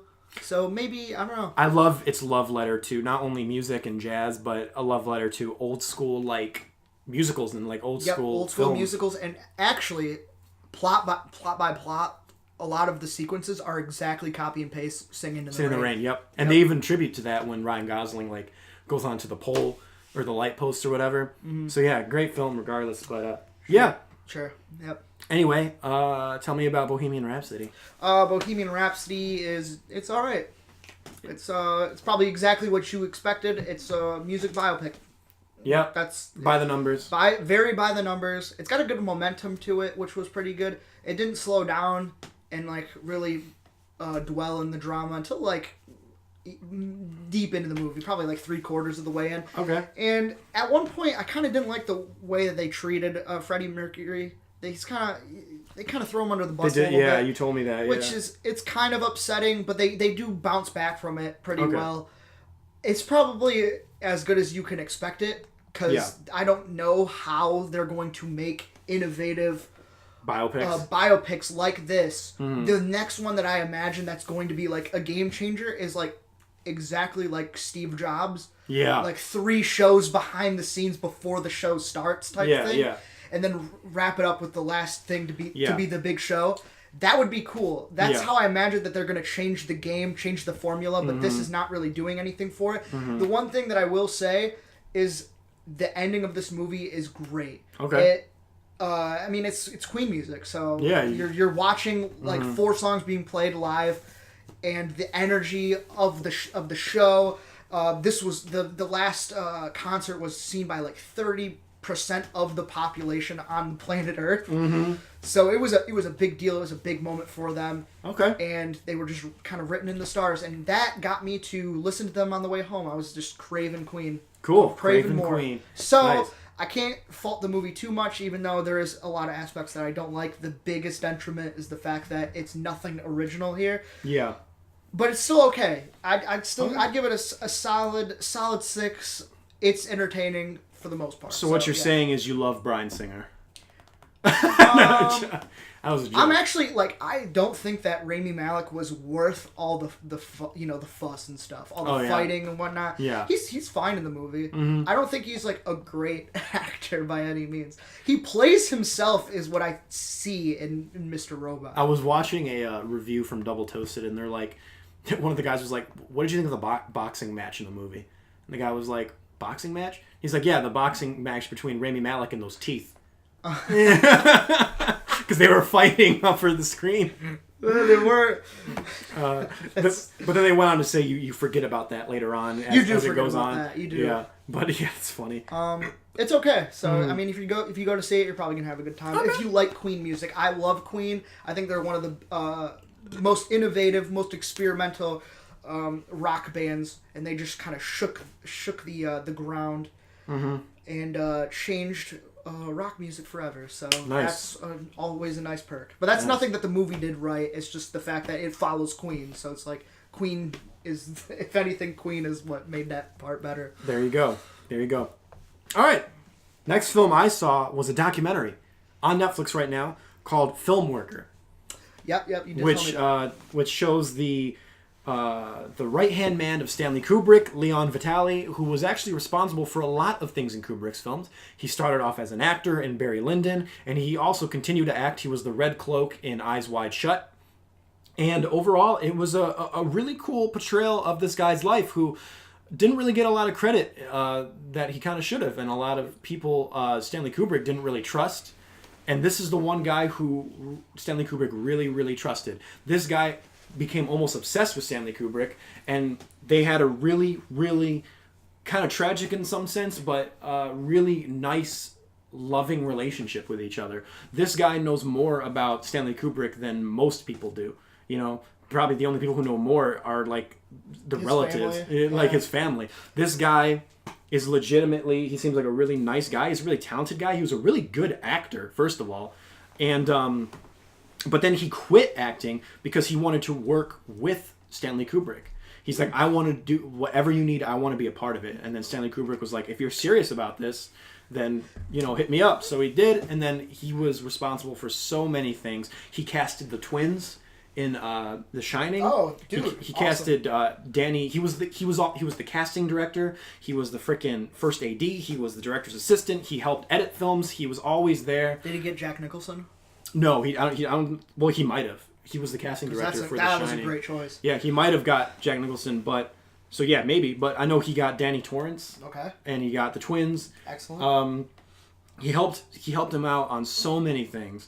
He was the right hand man all the way through and through, and he's still responsible for things like the digital remasters of all of his films. He painstakingly goes through each print because he has a whole basement of just real, like, first negatives of all of Stanley Kubrick's films, and the retouch negatives, the remasters. He's the one who's the overseer of all the remasters that you see. The Blu-ray re-releases of Stanley Kubrick films, Leon Vitali is the one who gives the okay and who painstakingly goes through the entire process to do it. You know? Good, because I have a lot of those, so yeah. Thank you to him. Yeah, so exactly. He's the guy responsible for all the new prints, all the new, like, even the laser discs, all the DVDs, all the Blu-rays, and he's going to continue to be a part of that, you know, for a long time. So the guy's great, and you should watch it. It's really cool. on my list. As soon as I saw it, I added it immediately. It's a really cool documentary. There's a weird font choice, and that's the only complaint I can have about the film. I know that sounds weird. Cosmic Sans. Almost. Comic Sans. Almost, Cosmic yeah. Sans. Cosmic Sans. That actually sounds like dope. Yeah, that's an awesome font. No, yeah, there is like almost like a Comic Sans type font situation, and it's like the main title of of like You really have to introduction. go out of your way to nitpick for that one. I do, because it's a great documentary, man. It's so cool. I mean, as being as a film lover and as a lover of Stanley Kubrick, I probably. oh yeah, I haven't reviewed this on Stardust yet. I don't know why I forgot, but it's a 5 out of 5 for sure. It seems like he just wanted to be close to him, just so he could understand maybe his filmmaking process. And it does kind of dive into that too, of like the psyche of like Stanley Kubrick, and not like it doesn't necessarily analyze his films, but it just analyzes him as a person. He was a very real person who felt really real emotions, and he just really loved his art, and he didn't trust a lot of people to oversee his art. And Leon was one of the only people he trusted to do that. That's great. So, and it shows that he was really close with him. And you ever see the only time Kubrick really ever appeared on film was when he won the DGA award, and he did like a thank you speech to like the. I didn't see that actually. Yeah, that's a very famous clip of Kubrick, and I watched it a couple times. And then this documentary reveals that there was a cameraman there, and Leon was there, but he wasn't really doing anything.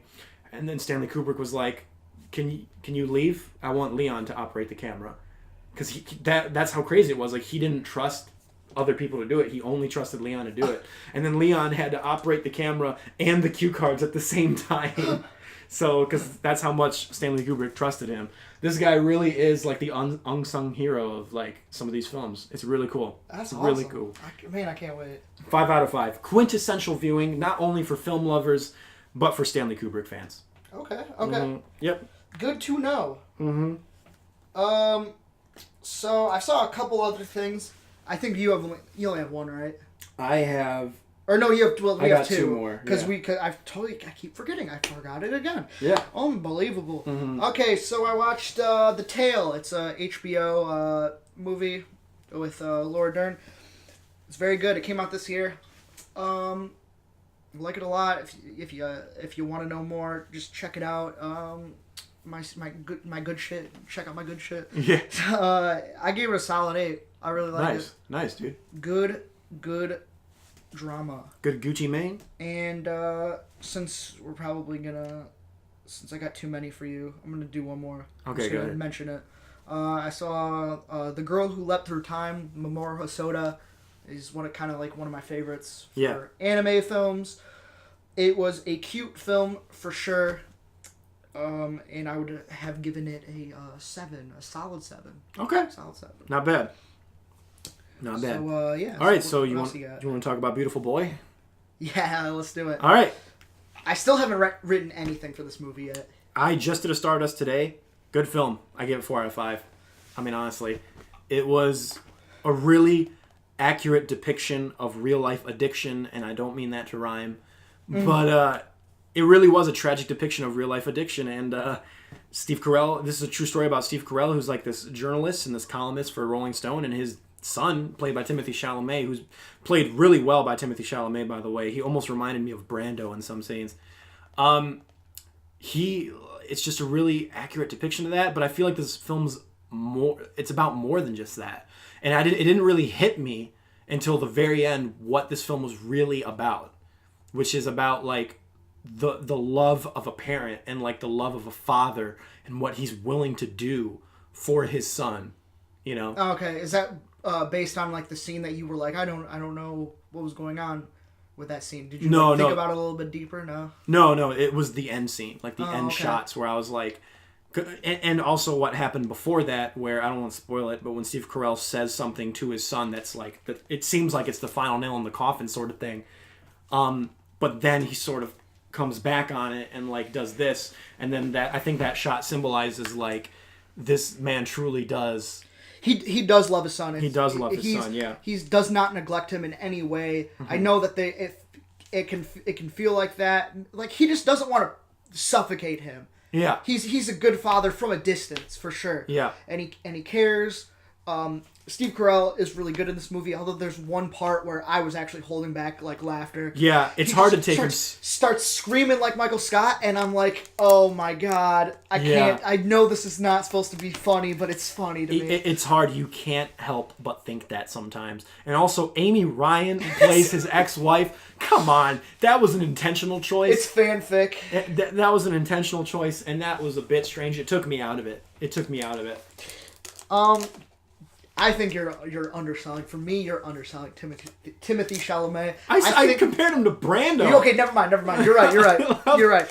You definitely one of the best actors ever. You're right. You didn't. But I just want to say that this man, he is written in the stars. He is going to be one of the greats of our time. I think he's got like this sort of coming of age, like teen type thing down. I think he's perfect at that. So now it's time to move on, and I can't wait to see what he's gonna do next. I feel like this film though is not a coming of age film. I didn't really know what this film was about until I was watching it, and I'm like, please don't be like this coming of age film, and it's really not. I was referring to like Call Me by Your Name. Yeah, Call Me by Your Name, Lady Bird, stuff like that. But sure. Yeah, I feel like this shows his range, and I'm like, this is awesome. So please, Timothy Chalamet, don't become an asshole and don't do a bunch of drugs and stuff like that. Yeah, because I want to see what you have to offer. Yeah, for sure. And I'm in the same boat as you. I really like this movie, from start to finish. There was the directing is really good. They were able to just jump into a conversation in the middle of the conversation, and you get the feel of it. And because of some of the musical choices, like it really brings out the best in these moments when they're like laughing and stuff. Mm-hmm. When they feel like some sort of emotion, and there's like this personal connection between them. There's like they have this phrase that they say to each other. Yeah, it's like a personal that got me emotional. Yeah, personal thing that they say to each other to like say like I love you. Mm-hmm. And I didn't think that they really needed to explain it, but the point of it is. There's something about their like connection that is different than everybody else's on film. Yeah. The only gripes I have, honestly, is I do like some of the music, I will admit, but I feel like there's just one or two odd choices. I didn't feel that way at all. You leaned over to me and you were like, I don't really get what... I thought that it was pretty cool because it felt like the high life type thing. It was smooth jazz. Yeah. Odd, though, to the highlight to me. He's going to, he's staying with his mom and stuff, and it's like, his mom's... Sing with Holly, yeah. Yeah, kind of classy. A little bit. So I thought it was a fine enough choice. I don't know. I thought it was odd. I'm just nitpicking at this point. Also, there's a scene where, this is not against the film at all, but there's a scene where the father makes a decision, and again, this is a true story, so he probably did do this.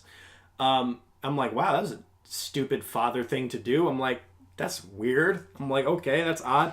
It makes you almost not like the father character, but there's a couple things that make you intentionally not like him. So again, maybe it's just I never didn't like him. I liked him all the way through. Yeah, I mean, even there's one scene in this movie that my friend he was about to walk out on when we went to go see it, but I think that this is going to upset a lot of people, and I think, if I'm not mistaken, what's the Rotten Tomatoes score on it? Is it like 60? On Beautiful? Oh, really? Beautiful. I think it's like not that high, and I think it has to do with that. The scene we're talking about right now? Not that specific. Like the ending of the movie. Oh, I don't think that I think it's going to upset a lot of people. I don't think that's necessarily fair. I mean, it is based on a true story, but it's at a 69% on Rotten Tomatoes. 69. Right, that's still not like. It's not great. Yeah. I mean, it's good. I'd be happy. The way that this movie ends separates it from other movies that tackle drugs, and it's something that I had experienced with another friend and his family and stuff like that. Mm-hmm. I see that it does happen, and with the whole statistics that are given to you, oh well, like it's like what was that? That was so bullshit. Where it's like at best it's going to be like at 80%. At worst, it's going to be at 25%. That this will help. Yeah. What does that mean? You're giving us two different statistics. Someone even said that too. Did you hear? In the theater? In the theater, yeah. What is that? Yeah, exactly. Yeah. I kept thinking that too. And the truth is, when you are on drugs, like of this level, not like not like marijuana or anything, but when you're on like crystal meth. Yeah. It's like your brain becomes an entirely different entity. You have to teach it like you're teaching somebody else. You can teach somebody that when they're sober that drugs are bad, but when you teach them, they're not going to understand it when they're on drugs. It's going to be a completely different person. Yeah. So the statistic of it being in the not even teens, it's going to be like the single digits that they will recover. It's because they have to learn it on their own type. Yeah. Thing. Mm-hmm. And that's kind of what separates it, in my opinion, from every other movie, because it's heavy-handed, but it's kind of heavy-handed in a delicate way. No, yeah. I don't know if you feel that same way. It's kind of like two completely different. No, I got you. I almost want to know what scene Mark almost walked out on. Oh, I'll tell you at the end. Yeah, for sure.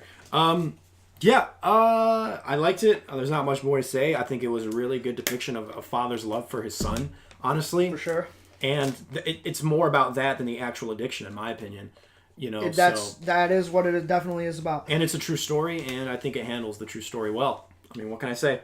I gave it a high 8. I gave it 4 out of 5. Soft 4 out of 5. Soft 4? Mm-hmm. Yeah. Got Niko crying a little bit. I heard some sniffles in the theater. Yes. It didn't really hit me until like the end when I started to be like, okay. Yeah. If I'm not mistaken, you said it was a little bit. You agreed that it was a little bit jumbled at times. Yes. There's some odd editing where it's like there's flashbacks within flashbacks who go back and they go back to like, and I was like a little confused. First 20 minutes, it needs to sort out its kinks. Yeah, a little bit, because it starts with like a framing device that comes in later, and then you're like, oh yeah, I forgot about that framing device. It's like, why did you? I totally forgot about that too. Yeah, I'm like, why did you start with that as a framing device? It's kind of odd. I mean, I get why because it sort of explains it, but I don't know. It was a little weird, but nothing to really. Really good. Film over. Really good. It's really gonna be on my. It's gonna be on my list of movies. Somewhere. Oh, okay. So, are you ready to talk about a certain film? I've been waiting for this all week. Okay, so let me tell you something. Niko has been keeping me on edge. That's right. He didn't want to tell me what he thought about this movie that I showed him. Mm-hmm. Under the Skin. Yes. And now I'm finally gonna hear what he thought of it. You're gonna finally hear what I thought about it, and you're either gonna hate me for it because you love this film. I love this movie. I actually gave this movie a 10 after rewatching it. Yes, you absolutely love this film. I think it's perfect. So you're either gonna hate me or love me. Well, let's find out. There's no. I think I locked in earlier. I'm like, he's gonna hate this movie. So my answer to if I love this movie is. Oh.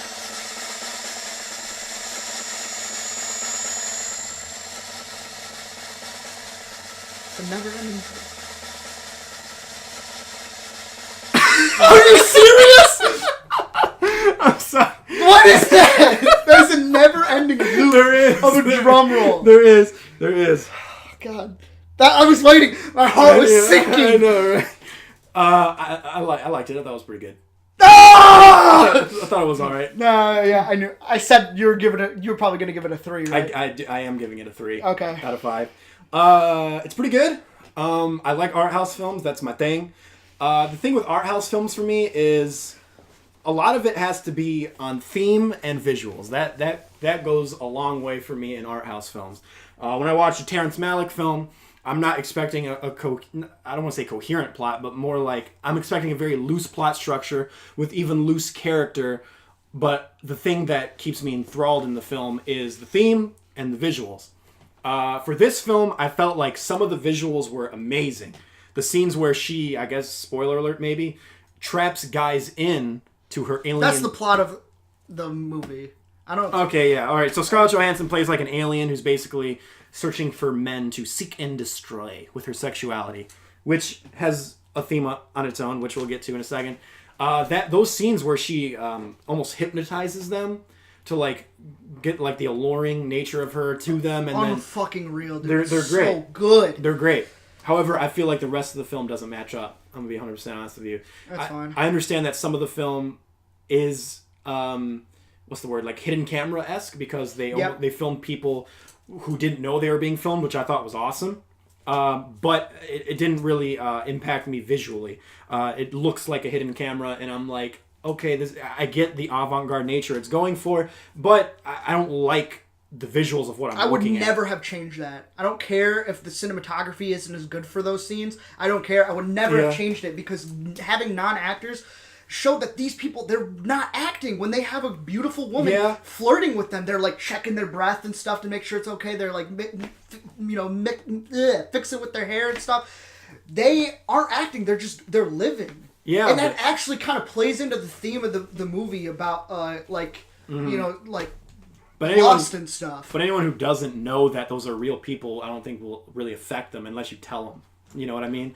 I don't think it necessarily has an impact for someone who doesn't know that those aren't actors. Those aren't actors. It's like one of the top things on the Wikipedia page. Yeah, It's like in the fucking 3 paragraphs that describes the movie. But anyway, I also feel like this movie is, you're gonna kill me for this, but I don't think it's as original as people think it is.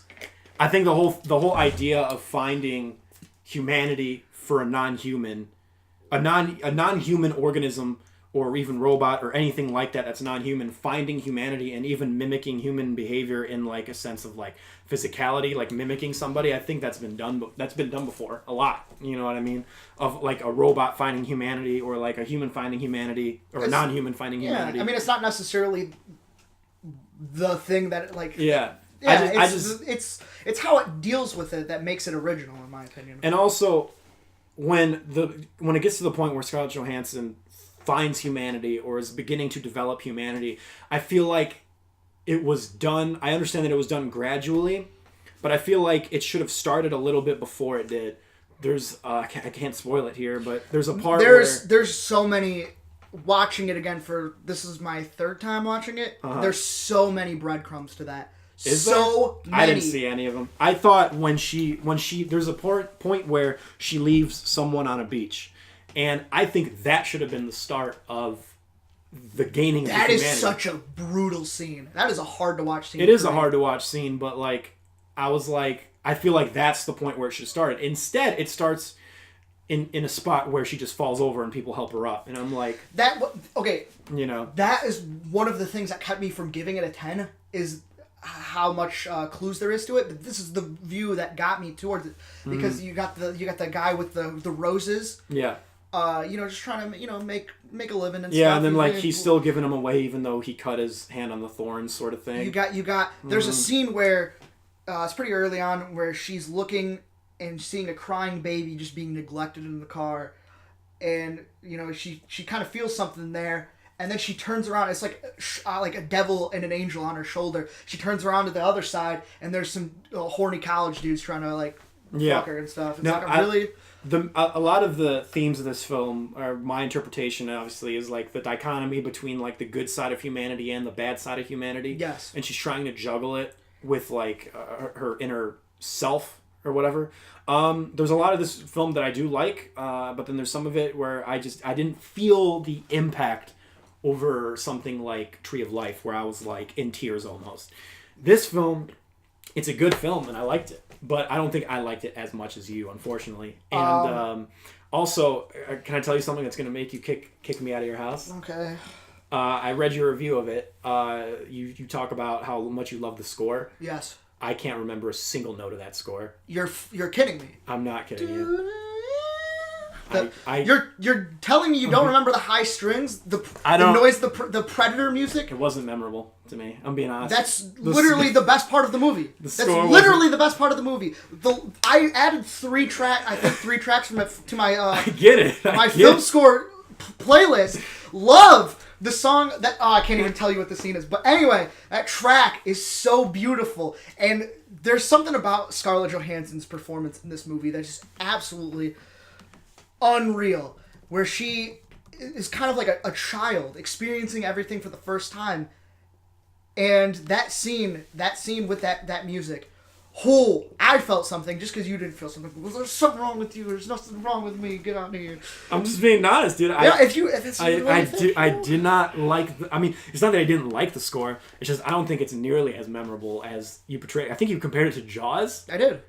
I do not feel that way at all, dude. I think it's nowhere near as iconic. I mean, it's not as iconic. I'm just saying that it has the same theme to that music. It's got the same theme as in she's being a predator or something. Yes. But I wouldn't say that it even touches Jaws in terms of as composition, I think it does. I think the theme the recurring theme to Jaws is so simplistic. It's effective, but it's so simplistic. This is a little bit more out there. This guy, he's worked with IDM artists and stuff like that, like Arca. Those are genius artists and stuff like that. And there's something about his compositions that are so out of this world, so fragmented, and just absolutely amazing. I just can't even remember it. I'm trying to remember it right now, and I can't do it. But one thing I will say is I did do some research, and I can't find it anymore for some stupid ass reason. You know what made that that high strung sound was actually that pole thing. I was trying to look for the name of it, but a lot of that score was like with that The alien like thing, the same thing they used in the signal at the end. I'm looking it up because I'm trying to look what it was called, what that instrument is called. Anyway, the instrument, how it was used in this particular case, it wasn't cheesy like it was in The Signal. By the way, I think The Signal is 10 times better than this film. That's fine. You can think that. Yeah, I'm being honest. That is more symphonic though. With this, it sounds more like a violin. Well, the thing is with The Signals, it comes out of nowhere. That's the thing that I didn't like about that. But this, it's like a constant theme, so it makes sense. But I guess that's just a cliche. Anything involving aliens has to have that, like whatever it's called.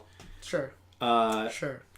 I don't. Yeah, I mean, I didn't find the score memorable at all. I think the plot wasn't necessarily original, but that's not necessarily a bad thing. I mean, the plot for The Signal isn't original either, but like, again, it's about theme and visuals, and some of the visuals captivated me, some of them didn't.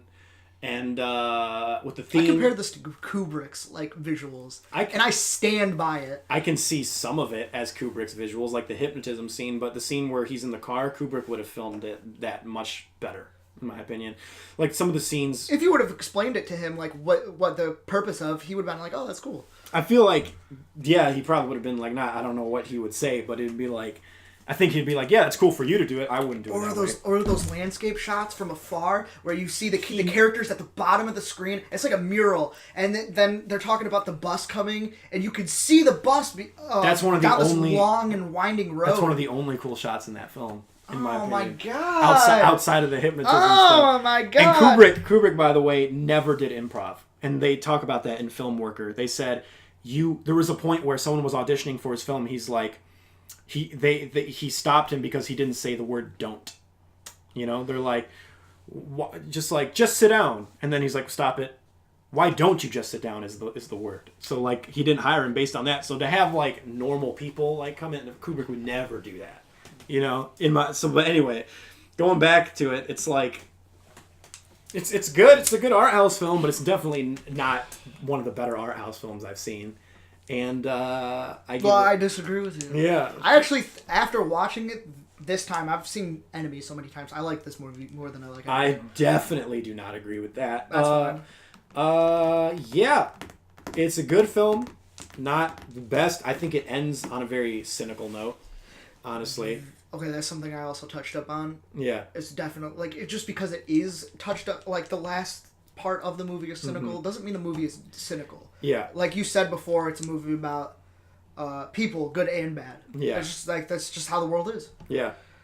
And some moments are... It's just a movie about first experiences. Some are beautiful, some are... awful, yeah.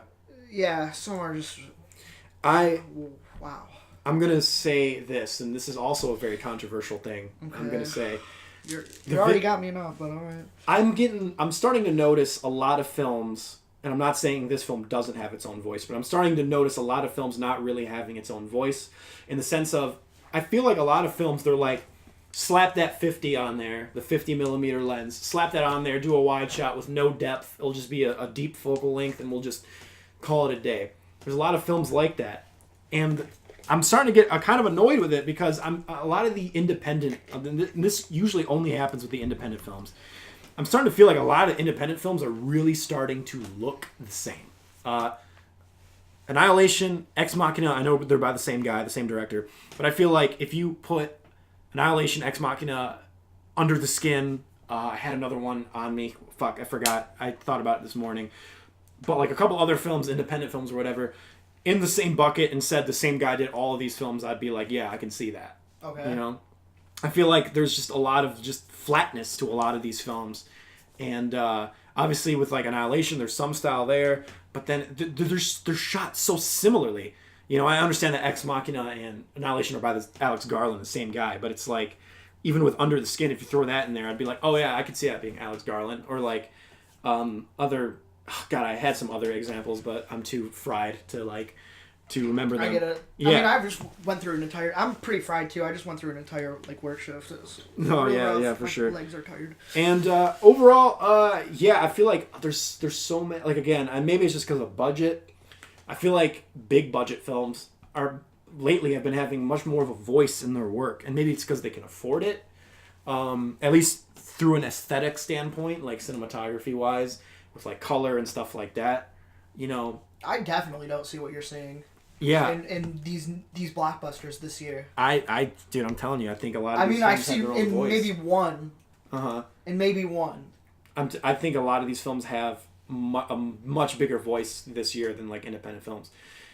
There's only a couple independent films this year where I was like, oh yes, that's amazing. Like, it's very hard this year with independent films where I'm like, something has wowed me. Nothing has wowed me in an independent film in a long time, you know. So same thing with Under the Skin. I liked Under the Skin, but nothing about it like blew my mind, you know. And that's where we will differ, because I think this movie is amazing. Yes, I liked it, but I didn't think it was like as amazing. That's fine. Yes. That's fine. Is it though? Is it fine? You look a little violated. No, I'm alright. I got one more movie that I'm not even really good to talk about it. I just want to say that I saw it. Yeah, go ahead. Disobedience. Oh, you're right. I really like that movie. It's a really good drama. It's not as good as Beautiful Boy or The Tale, technically. But it's in that same vein. It's a movie about free will. It came out earlier this year, and it'll probably end up being on my list. I'd give it a low 8.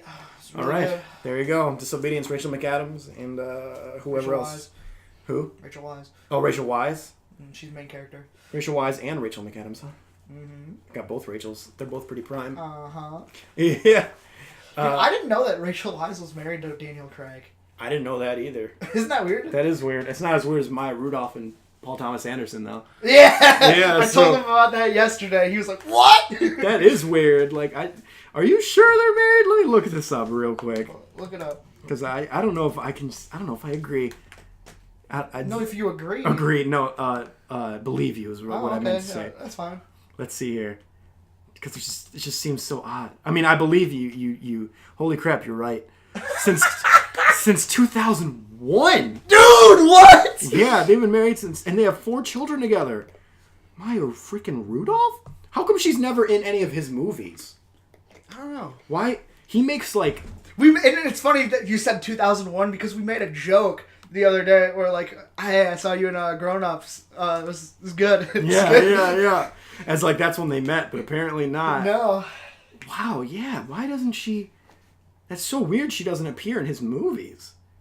I mean, look at freaking... I hope that he's not saying anything. I know, right? I mean, look at freaking Paul W.S. Anderson.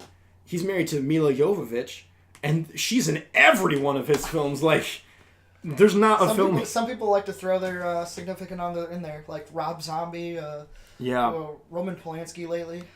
Yep, pretty much. Harmony Korine has even done that when he had his wife in Spring Breakers getting gangbanged by a bunch of dudes. That's fucked up. Yeah, well, he's messed up. So that's so fucked up. Yeah. Yeah. All right, honey. So there's gonna be a bunch of naked dudes around you. So there you go. It's gonna be a bukkake. Like, basically. Oh no, dude! Somebody's hitting that Urban Dictionary. Oh no! All right, guys. Tyler's got to leave soon at 10. It's 9:14. We did a late today. We did a late one today. Yeah. Woo! Anyway. Wow, I'm fried. It was a pretty good... Yeah, good the invitation took a lot out of me. I ain't gonna lie. I feel We that. probably should have paused before the recent... I just got to sit down. I was relaxing that entire time. Yeah, I was it was just good. witnessing. It was good. Woo! All right, guys. The last thing we have to say is live long and...